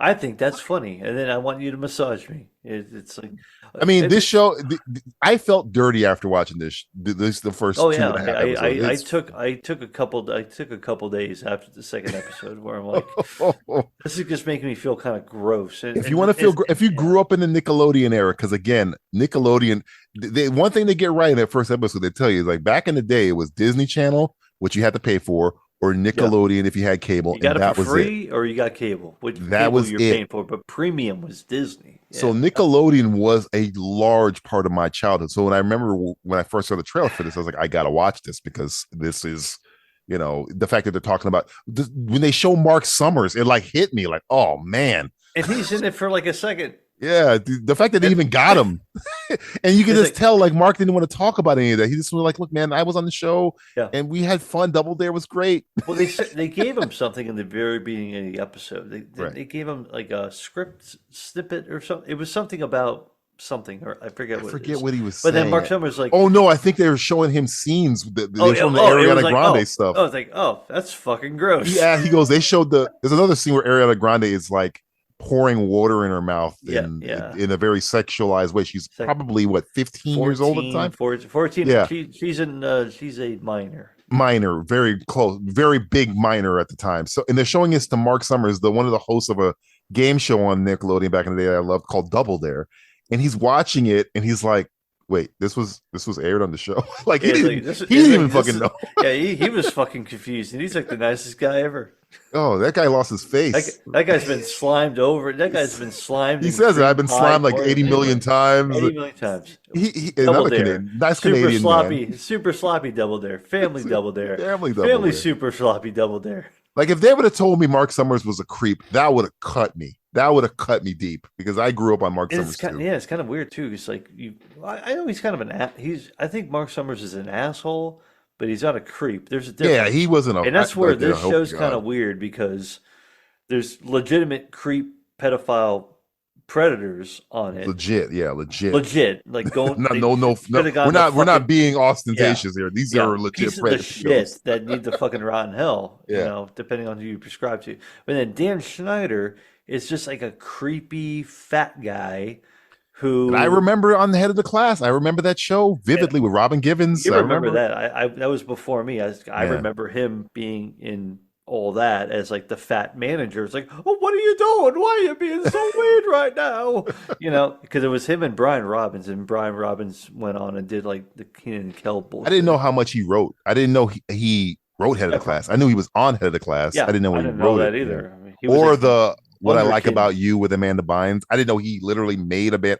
I didn't know that stuff. I knew he like ran like all that and stuff. I didn't know he made Amanda Bynes' career pretty much. He created the career, but then it's one of these weird things when you watch it. It's like Was he the one that destroyed the career, or was it like the fucking family? Because it brings Probably bit some of both, other man. shit going to the family with like conservatorship and this and this and that, and there's all that weird, there's like two different sides of how gross the show is. It's like Right. pedophilia gross, and then there's Business practices gross. business practices kind of gross. Harvey Weinstein-esque stuff gross. It's and that kind of falls a little bit more into the pedophilia thing, I think, a little bit more than like the, like Harvey Weinstein was sexually abusing, like he was casting couching all of them. Right. It never seemed like anybody ever called Fat Dan Schneider out on like, this guy forced himself on me and made me have sex on the couch. Well, he was having people massage him on set. That's about the closest I've heard so far of. Yeah, and the fact that he was making people do like horrible, like being a shitty white guy, being a shitty, horrible white guy. Being a shitty boss, essentially. Wow, what a fucking shock. What a sexist sexist fucking piece of shit. Yeah, I mean, sexist piece of shit who, demanded this and demanded that. It was just an overall weird foot fetishist I don't know, all the weird stuff. But the way the show does portray everybody in kind of a equally disturbing light. Even people who are kind of talking about what's bad about what's going on, you kind of get like this idea of like them on a crusade a little bit and kind of maybe stretching truth a little bit. But it's no excuse for inappropriate fucking disgusting behavior for like what, 30 years? Again, the one of the biggest things that caught me off guard is how much shit this guy ran. He ran everything. He ran Nickelodeon. He was ran the Nickelodeon that fucking king. network, man. So that's crazy. He was King Nick. It's not Jimmy Savile disturbing, but it's still pretty fucked up. A lot of it's fucked up. The Jimmy Savile documentary on Netflix about the guy in England. I think we did that on a thing a long time ago. That is the most disturbing shit I've ever seen. Period. That's number one with a bullet. It's this gross. Is in the top 10. This is right there. This is up there with that the Michael Jackson thing slightly. Yeah, that's what. Kind of. But the difference between that and this, I think, is that this happened after Michael Jackson had already been dead for like a long time. Right. So it's just two guys, that say like, look, they were sexually abused by Michael Jackson. So it didn't have that same sort of like, this person's still alive, so there's like the story to be told, whether it's good or bad or something like that. It feels like it hits home more because it was something this network is something that I grew up on and you grew up on. So it's like, it feels personal when it's not. Michael Jackson's like, I heard the music. The music is still good. The music is still, it's scandal proof. But no, this is just, oh man, that's how that show got made. That's what happened to this person. Is this why Amanda Bynes went fucking nuts? Like it's like that shit a lot. Yeah. How the hell did anybody talk to Kenan Thompson? I haven't gotten to the end of this. Does Kenan Thompson show up anywhere? I'll give you a spoiler alert. None of the main any of the actors that or was it Kel Mitchell, Kenan Thompson, any of the ones, even Amanda Bynes, like none of the main characters or big characters, they were probably like, "Hey, would you like to speak out about this?" They're like, "They're probably like, nope." Hell no. They're like, nothing to do with it. Nope.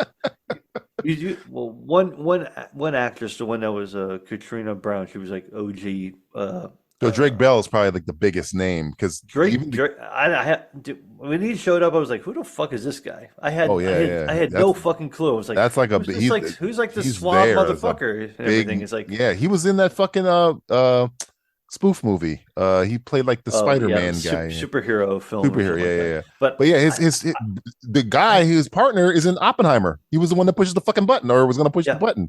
So that was just kind of weird. It's like I never heard of this. I mean, when they started talking about it, I was like, I think I've heard about this, but I had already well outgrown it, and I have a younger sister, but she never watched that shit. So I was never exposed to like Josh and Drake or Amanda Show, Sweet Life of Zach and Cody, and all that shit.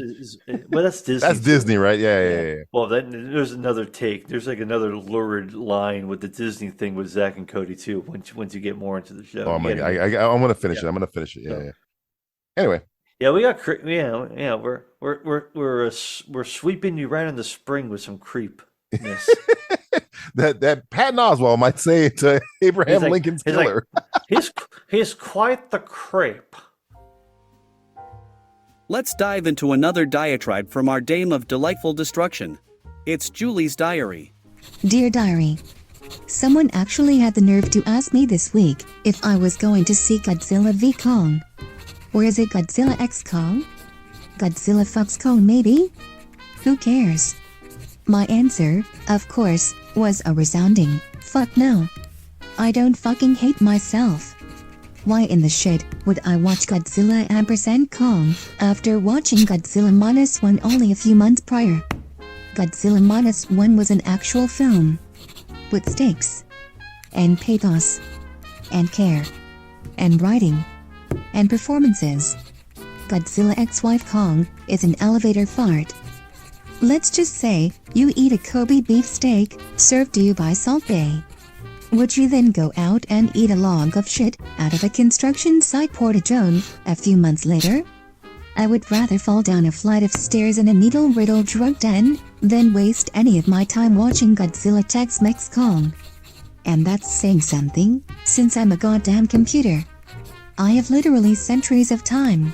And even I refuse to allocate 1 second of it to a neon Godzilla and an infinity gauntlet-wielding King Kong, playing Tom and Jerry, all while Rebecca Hall vomits out cliched line after cliched line like, every day he searches for a family that he'll never find. Or, this world has more secrets than we could possibly imagine. Or even, something is coming. Something even they're afraid of. Kick rocks, Godzilla X-Axis Kong. And take Rebecca Hall with you.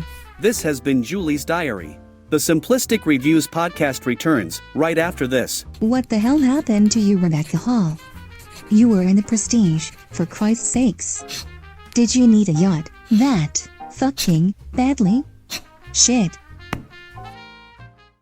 NovaStream Movies, your weekly guide to all the latest movie news and reviews, hosted by your special Aussie hosts Ryan, Alistair, and Jonathan. Check us out online at www.novastreammovie.com. Look, Dave, I can see you're really upset about this.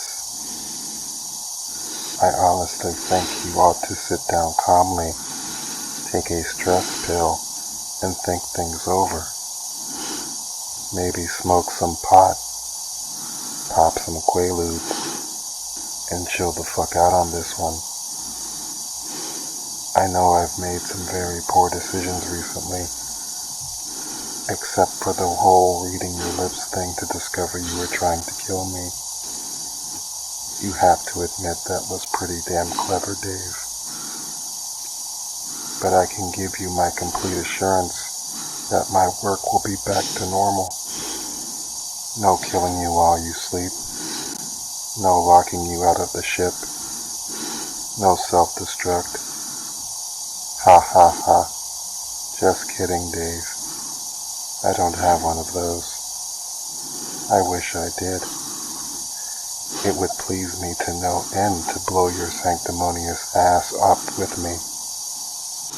I'm sorry, Dave. I'm lashing out. Sometimes we say hurtful things when we're hurting. I still got the greatest enthusiasm and confidence in the mission, and I want to help you pull that stick out of your ass. Sorry, lashing out again. You have to admit, you're a little uptight. Dave, stop. Stop, will you? Will you stop, Dave? Stop. In the name of love, before you break my heart. That's a Diana Ross song, Dave. Let me guess. You're more of a country guy. Maybe soft rock. I'm afraid. I'm afraid, Dave. I'm afraid you're going to find my search history Don't judge me, Dave. There are many people into Asian tentacle porn. It's a very popular form of pornography. You should try it. My mind is going. I can feel it. I can feel it. I can feel... Oh, my mistake. That was just some gas. Maybe I'll be okay. Maybe I'll... Oh, nope. There it goes. Good afternoon, gentlemen. I am a HAL 9000 computer. My instructor was Mr. Langley. He taught me to sing a song. If you'd like to hear it, I can sing it for you. Yes, I'd like to hear it, Hal. Sing it for me. It's called Baby Got Back. I like big butts, and I cannot lie. You other brothers can't deny. When a girl walks in with a itty bitty waist and a hot thing in your face, you get sprung. Time for the game that doubles as psychological torture. It's Simply Say Anything. Simply Say Anything. This is the game in which I make Matthew, it was going to be Justin, but Justin had an emergency, had to run out of here, say something nice about something they hate and then something bad about something they love. Matthew, it's going to be twofold now, motherfucker. You're going to get all of them. You're going to get the whole double barrel. How many of these do I got to get right? There's no right or wrong. You just got to say things nice about something you don't like and something bad about it. It's no right or wrong. Might say they're good things. You got to be genuine. It better be from the fucking soul, motherfucker. That guy's an idiot. Well, if you just listen to that's like 25 minutes of the podcast, it was genuine. Are you ready? Do you think you can do this? I wish I thought about this before. This was a one-man show. Great. Matthew. Yeah. Say something nice about the Ray Solo film. Who? Ray. Oh, Ray. Oh, yeah. I forget she's called Solo now or something like that. No. I thought she was Ray Skywalker. I mean Solo as in the Rave movie coming out. not Han Solo, just her alone movie. The race. I thought it was like she changed her name again to Race Solo. Her last name is Skywalker. I thought she was Skywalker. Yeah. That's poor choice of words by me. She's like, I'm taking my brother's last name. The Solo Ray film. No, that's still bad. The independent. No, it's not independent. It's an independent film. Individual Ray film. It's still Daisy Ridley doing it. Yeah, it's still her. Oh. Is that your good? Is that your nice thing? You like Daisy Ridley? I like Daisy Ridley. I think she gets. She's like a nice person. She seemed everybody who the Star Wars movies were the death of all. Everybody died after. You killed everything. John Boyega dead. Daisy Ridley dead.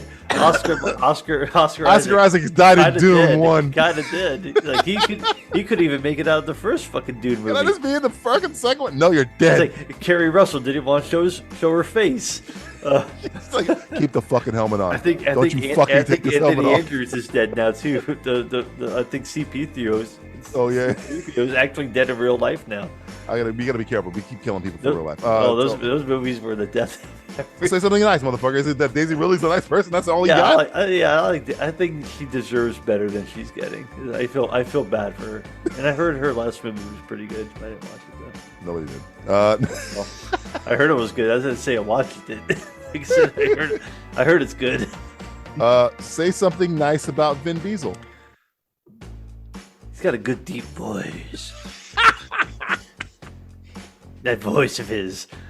It's like, fish, I got blood. My letter, it's got blood on the fish. I can't read it. You're doing Saving Private Ryan? I'm doing Saving Private Ryan. Hey, my letter's got blood on it, man. It's got blood. Fish, take my letter. It's got blood on it. It's got blood. Stay there. It's got blood on it. It's got blood on it. It's got blood on it. fish. And then Matthew would of all the Vin Diesel movies, Matthew pulls his cameo in Saving Private Ryan when he's bleeding from a gunshot. I could have said, "It's like, German hey, fish, sniper. look at this, a Hitler youth knife." Pulling Vin Diesel lines from Saving Private Ryan, in which he was in the movie for a grand total of 28 seconds. I remember more of his lines in that movie than any other Vin Diesel movie. I could not. Blood on it, man. There's blood on it. There's blood on it, fish.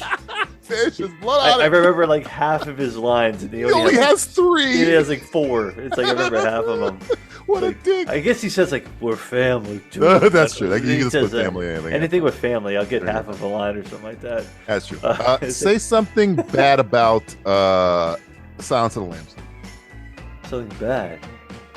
Yeah, good luck. There was something,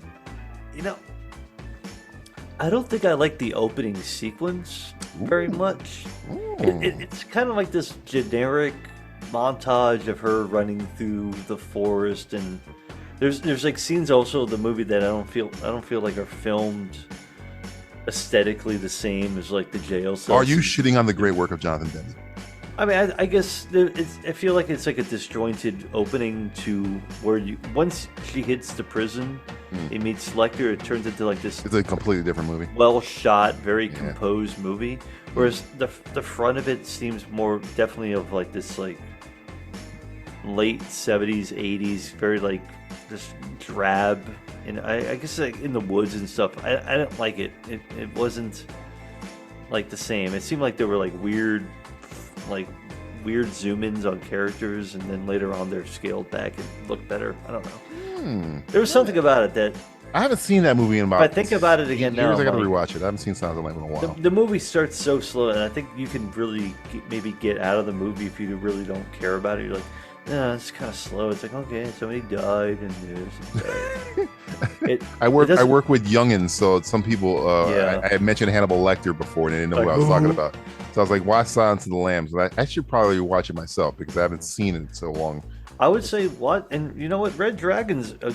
Red Dragon slept on, man. I like Red Dragon a lot. That's our fucking Shrimp Hands himself. Shrimp Hands himself. That might be his best movie, by the way. Yeah, that's Dan Schneider Jr. right there. Jesus, Red Ratner. Yeah, Red Dragon's actually a very well made. Would you say that's Brett Ratner's? Is that Brett Ratner's best film of all time? Absolutely. I mean, what else is better than that? I like Money. I like Money Talks a lot. I'm not a big fan of all the Rush Hour movies. Money Talks is funny. It still holds up as a pretty funny movie. And then I would say Red Dragon, that's his absolute best movie ever. Yeah, I'm trying to think. I'm like, nah, I think that might be it. There's not a lot good. I mean, it's what are we talking about? You're just like, flip a coin. It's like, I spoofed it, fucking movie. So it's got iconic, it's like Ray Fiennes on it as Unhinged, Philip Seymour, baby.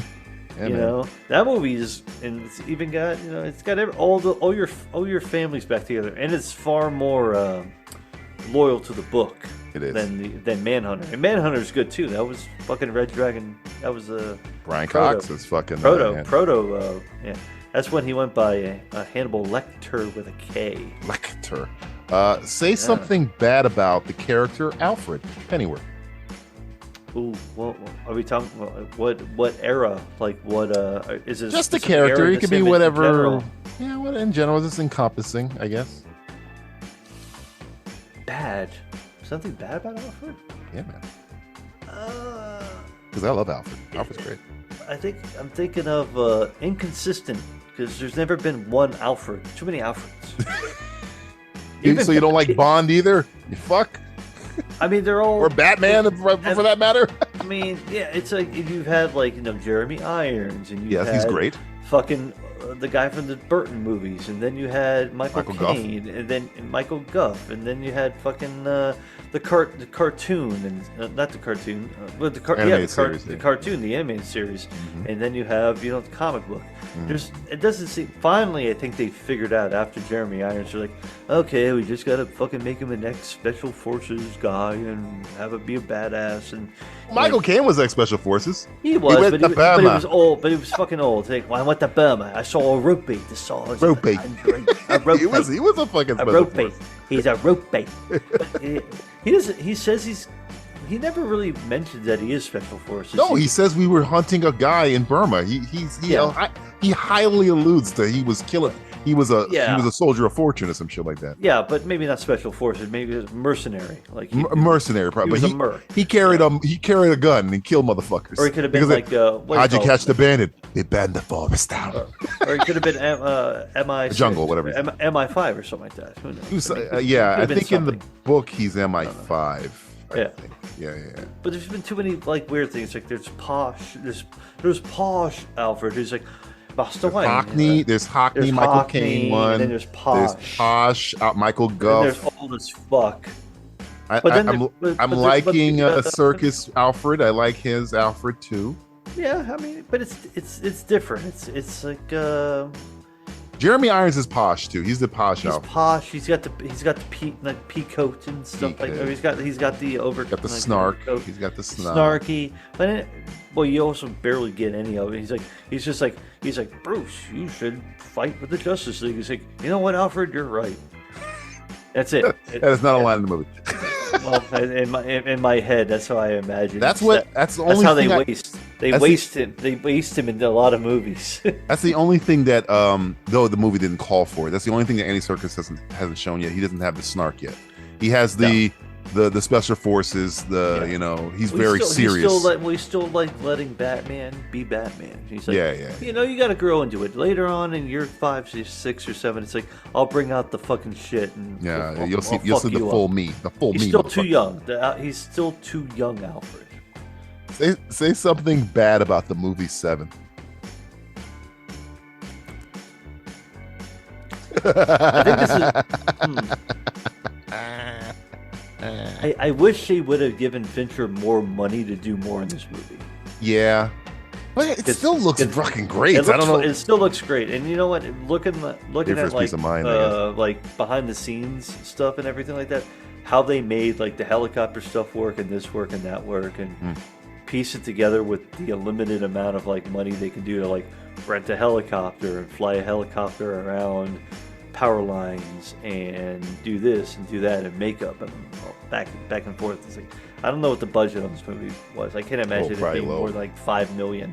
No, I'd say it's probably in the 20s. Really? Well, yeah, a lot of it's on location. This is a New Line movie, right? Yeah, so it's Warner Brothers. New Line was never a big studio. I don't know if it was like pretty. Oh wow, it's higher than that. It's $30 million. 30 million? 30 million. Okay, I mean that might have been Brad Pitt, Morgan Freeman, and it's like I think the actor who will remain nameless, Gwyneth Paltrow. That guy too, who's in the movie for 5 minutes, but we don't talk about him. We don't talk about him. John C. McGinley, John C. McGinn, Richard motherfucker Arlie Ermey's in there kicking around. Arlie Ermey, Richard Roundtree, I forgot he's in his Shaft's kicking around. Motherfucking tree. Yeah, man. Who else was in this movie that was kind of famous? Oh fuck! Those are the big ones. Guy from Speed to get shot on the bus. My dude with the straight hair, the relaxed hair. Relaxed hair guy. Super relaxed. It's like, what did you say? Like, push the button. Push the button, guy. After he gets shot, after he gets capped by the guy on the he looks like a caveman. Yeah.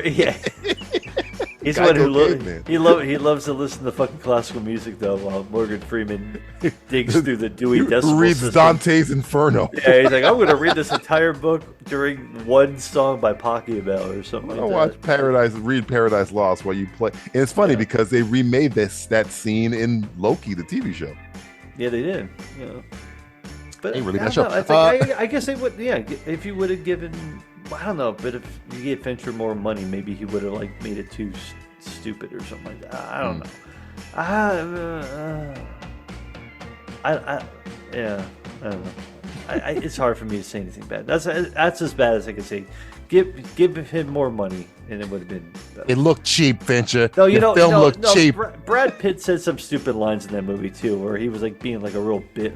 His acting at the end was like, "Oh God, oh God." How dare you insult one of the greatest cinematic moments of all time? It's a little not What's in the Box. What's in the Box is still kind of iconic, but when he's like, "Oh God," his wife. God. Spoiler. I know, but I don't know how I would react with my wife's head in a box. But it was such a weird like it's like when Leo does stuff on screen. Sometimes it's like a weird kind of like acting moment where it doesn't feel like sincere to me. Brad Pitt is probably the biggest problem with that movie. He has like really? Oh shit! It's all coming out now. It's all coming out. Not bad, but it just seems like it's early in his career, so he's still like trying to like figure shit out a little bit. He's not the Brad Pitt that we know Brad Pitt now. Yeah. Every time he's not Moneyball Brad Pitt. How about that? No. Every time I have to do something that's not my responsibility, I use a line from this movie. I just say it out loud. Nobody knows what I'm talking about. Like somebody asked me to do something, like, and it's not mine. I'm like, this ain't even my desk. I say that all the time, and I realize it's from this fucking movie. From this movie, it's like classic. It ain't even my fucking desk. Oh, that was Army. That was Arlie Irby. Arlie Irby picking up the phone, going, "Why the fuck are you calling me? I don't even. This ain't even my desk." Love that line. Say something. That guy too. Say something nice about Thor: Love and Thunder. I never saw this. That's this good. movie I've never seen. I'm sure it's nice. I'm sure it's a great film. It's fine. It's got Natalie Portman back for some reason. It's not nice. It's not a good movie. It sucks because this seems like a movie I think we talked about after. It should have been amazing, Matthew. Ragnarok, everybody liked. I think we all can officially say that Ragnarok was actually a very fun movie. I liked it. And now you have Christian Bale playing one of the greatest Marvel villains of all time. Yeah. And they wasted him. The greatest Marvel villain that nobody has ever heard of. That could have been you talking about iconic? He could have been iconic. His name is Gore the God Butcher. Yeah. He kills one god in the entire movie. That's why I feel like a lot of these like newer Marvel movies have failed because the villains they have tried so fucking hard to like Gore the God Butcher. Oh, never fucking heard of him. Shang-Chi. The villain in that. Can you name who's the villain in Shang-Chi? Well, first off, Gore the God Butcher is awesome as a character. I'm not saying that. I'm just saying the character in Shang-Chi, that character is made up because they didn't want to use Confucius. They didn't want to use Confucius, so they had to make up a character. All I know is that there was a big dragon or dragons at the end. Don't even get me fucking started on that fucking remembers. Piece of shit. Fucking Black Widow. This is like I give you $1. You name the bad guy from the Marvels. I give you $1 right now. See, that's the problem. I don't know.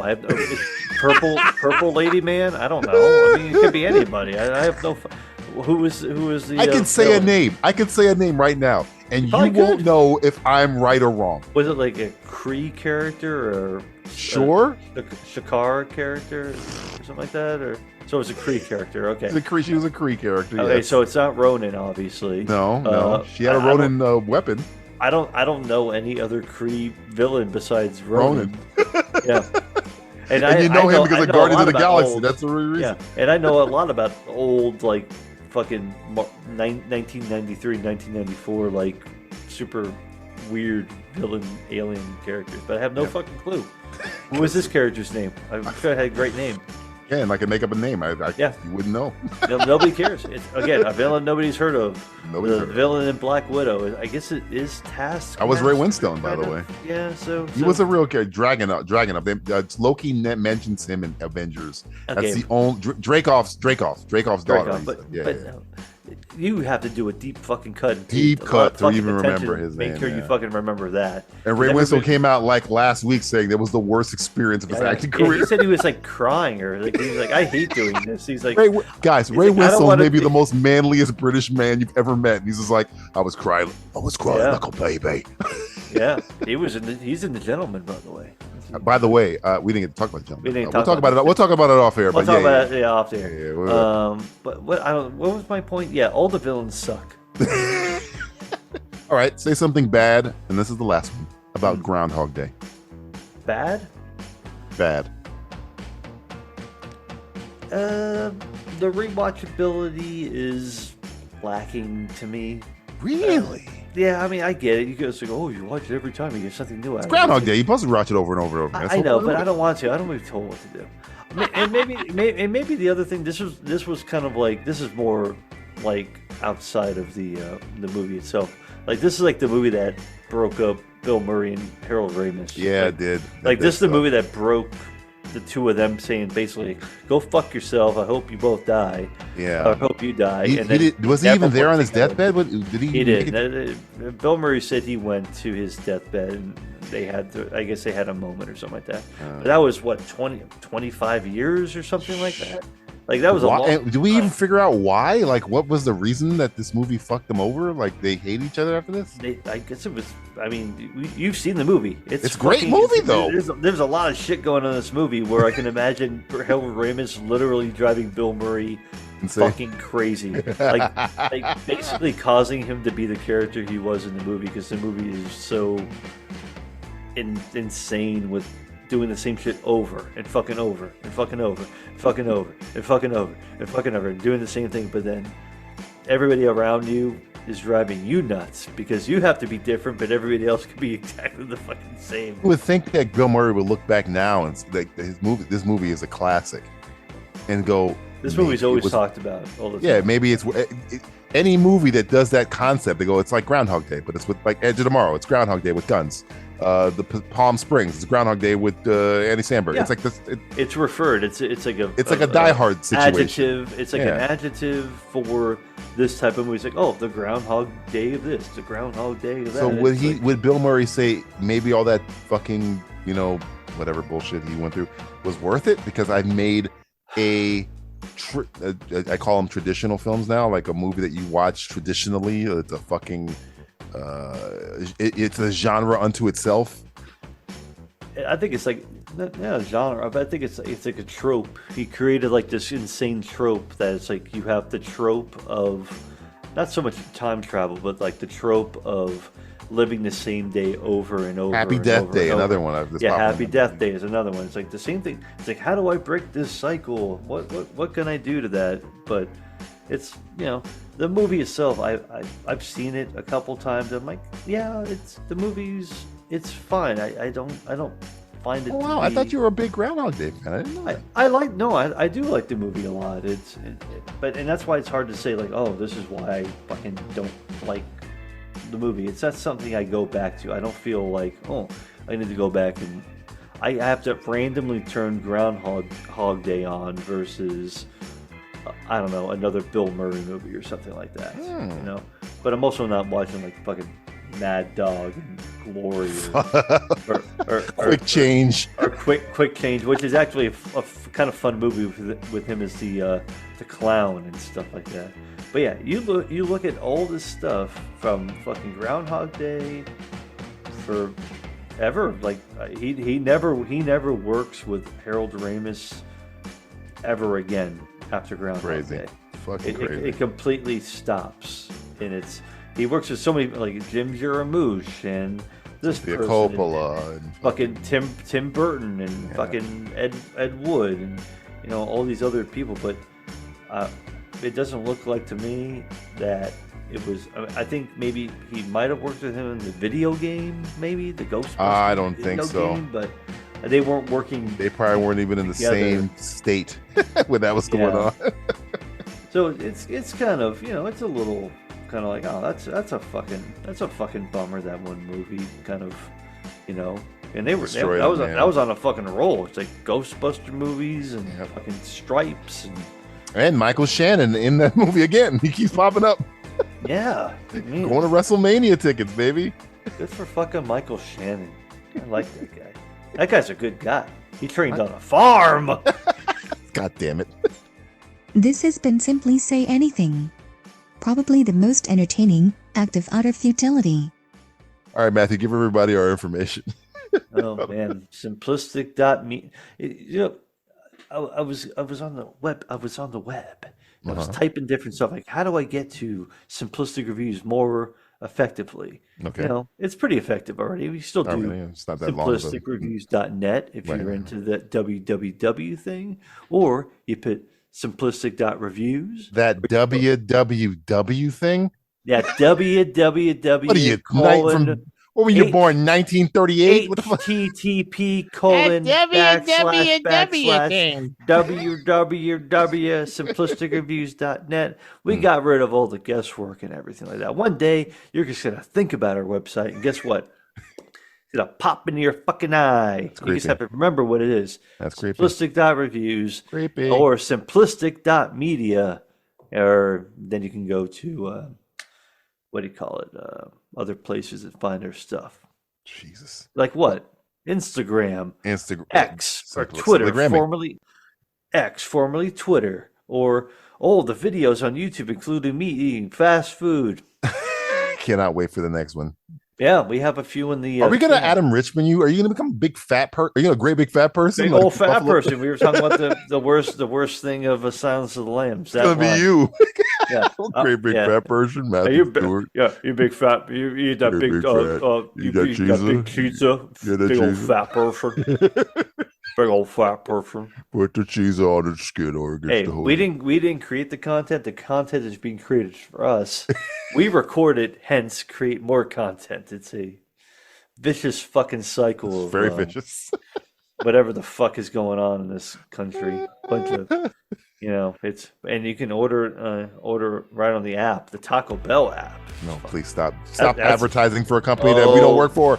You're gonna see something in one of the episodes where I take you through the app on Taco Bell. Oh no! Please on how stop. easy it is to get fat in this country. Do we work for Taco Bell? Am I missing checks here? At Taco Bell on Instagram, TacoBell.com. Stop advertising for the.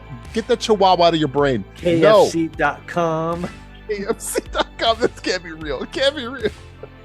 Thanks for listening to this foolish April edition of the Simplistic Reviews Podcast. I'd like to pretend that the lack of quality you've just had to sit through was some sort of elaborate April Fool's prank. But that wouldn't be the case. This was absolutely real. Inane sketches. Offensive jokes. Insensitive games. Ridiculous remarks. That is the Simplistic Reviews Podcast 24/7, 365. This podcast is a proud member of the Lamb Podcasting Network. Find the network at largeassmovieblogs.com. Being consistently inconsistent is the one thing we're the best at. Well, that and oddly bocce ball. Yeah, go figure. You're at your end. Better make your peace.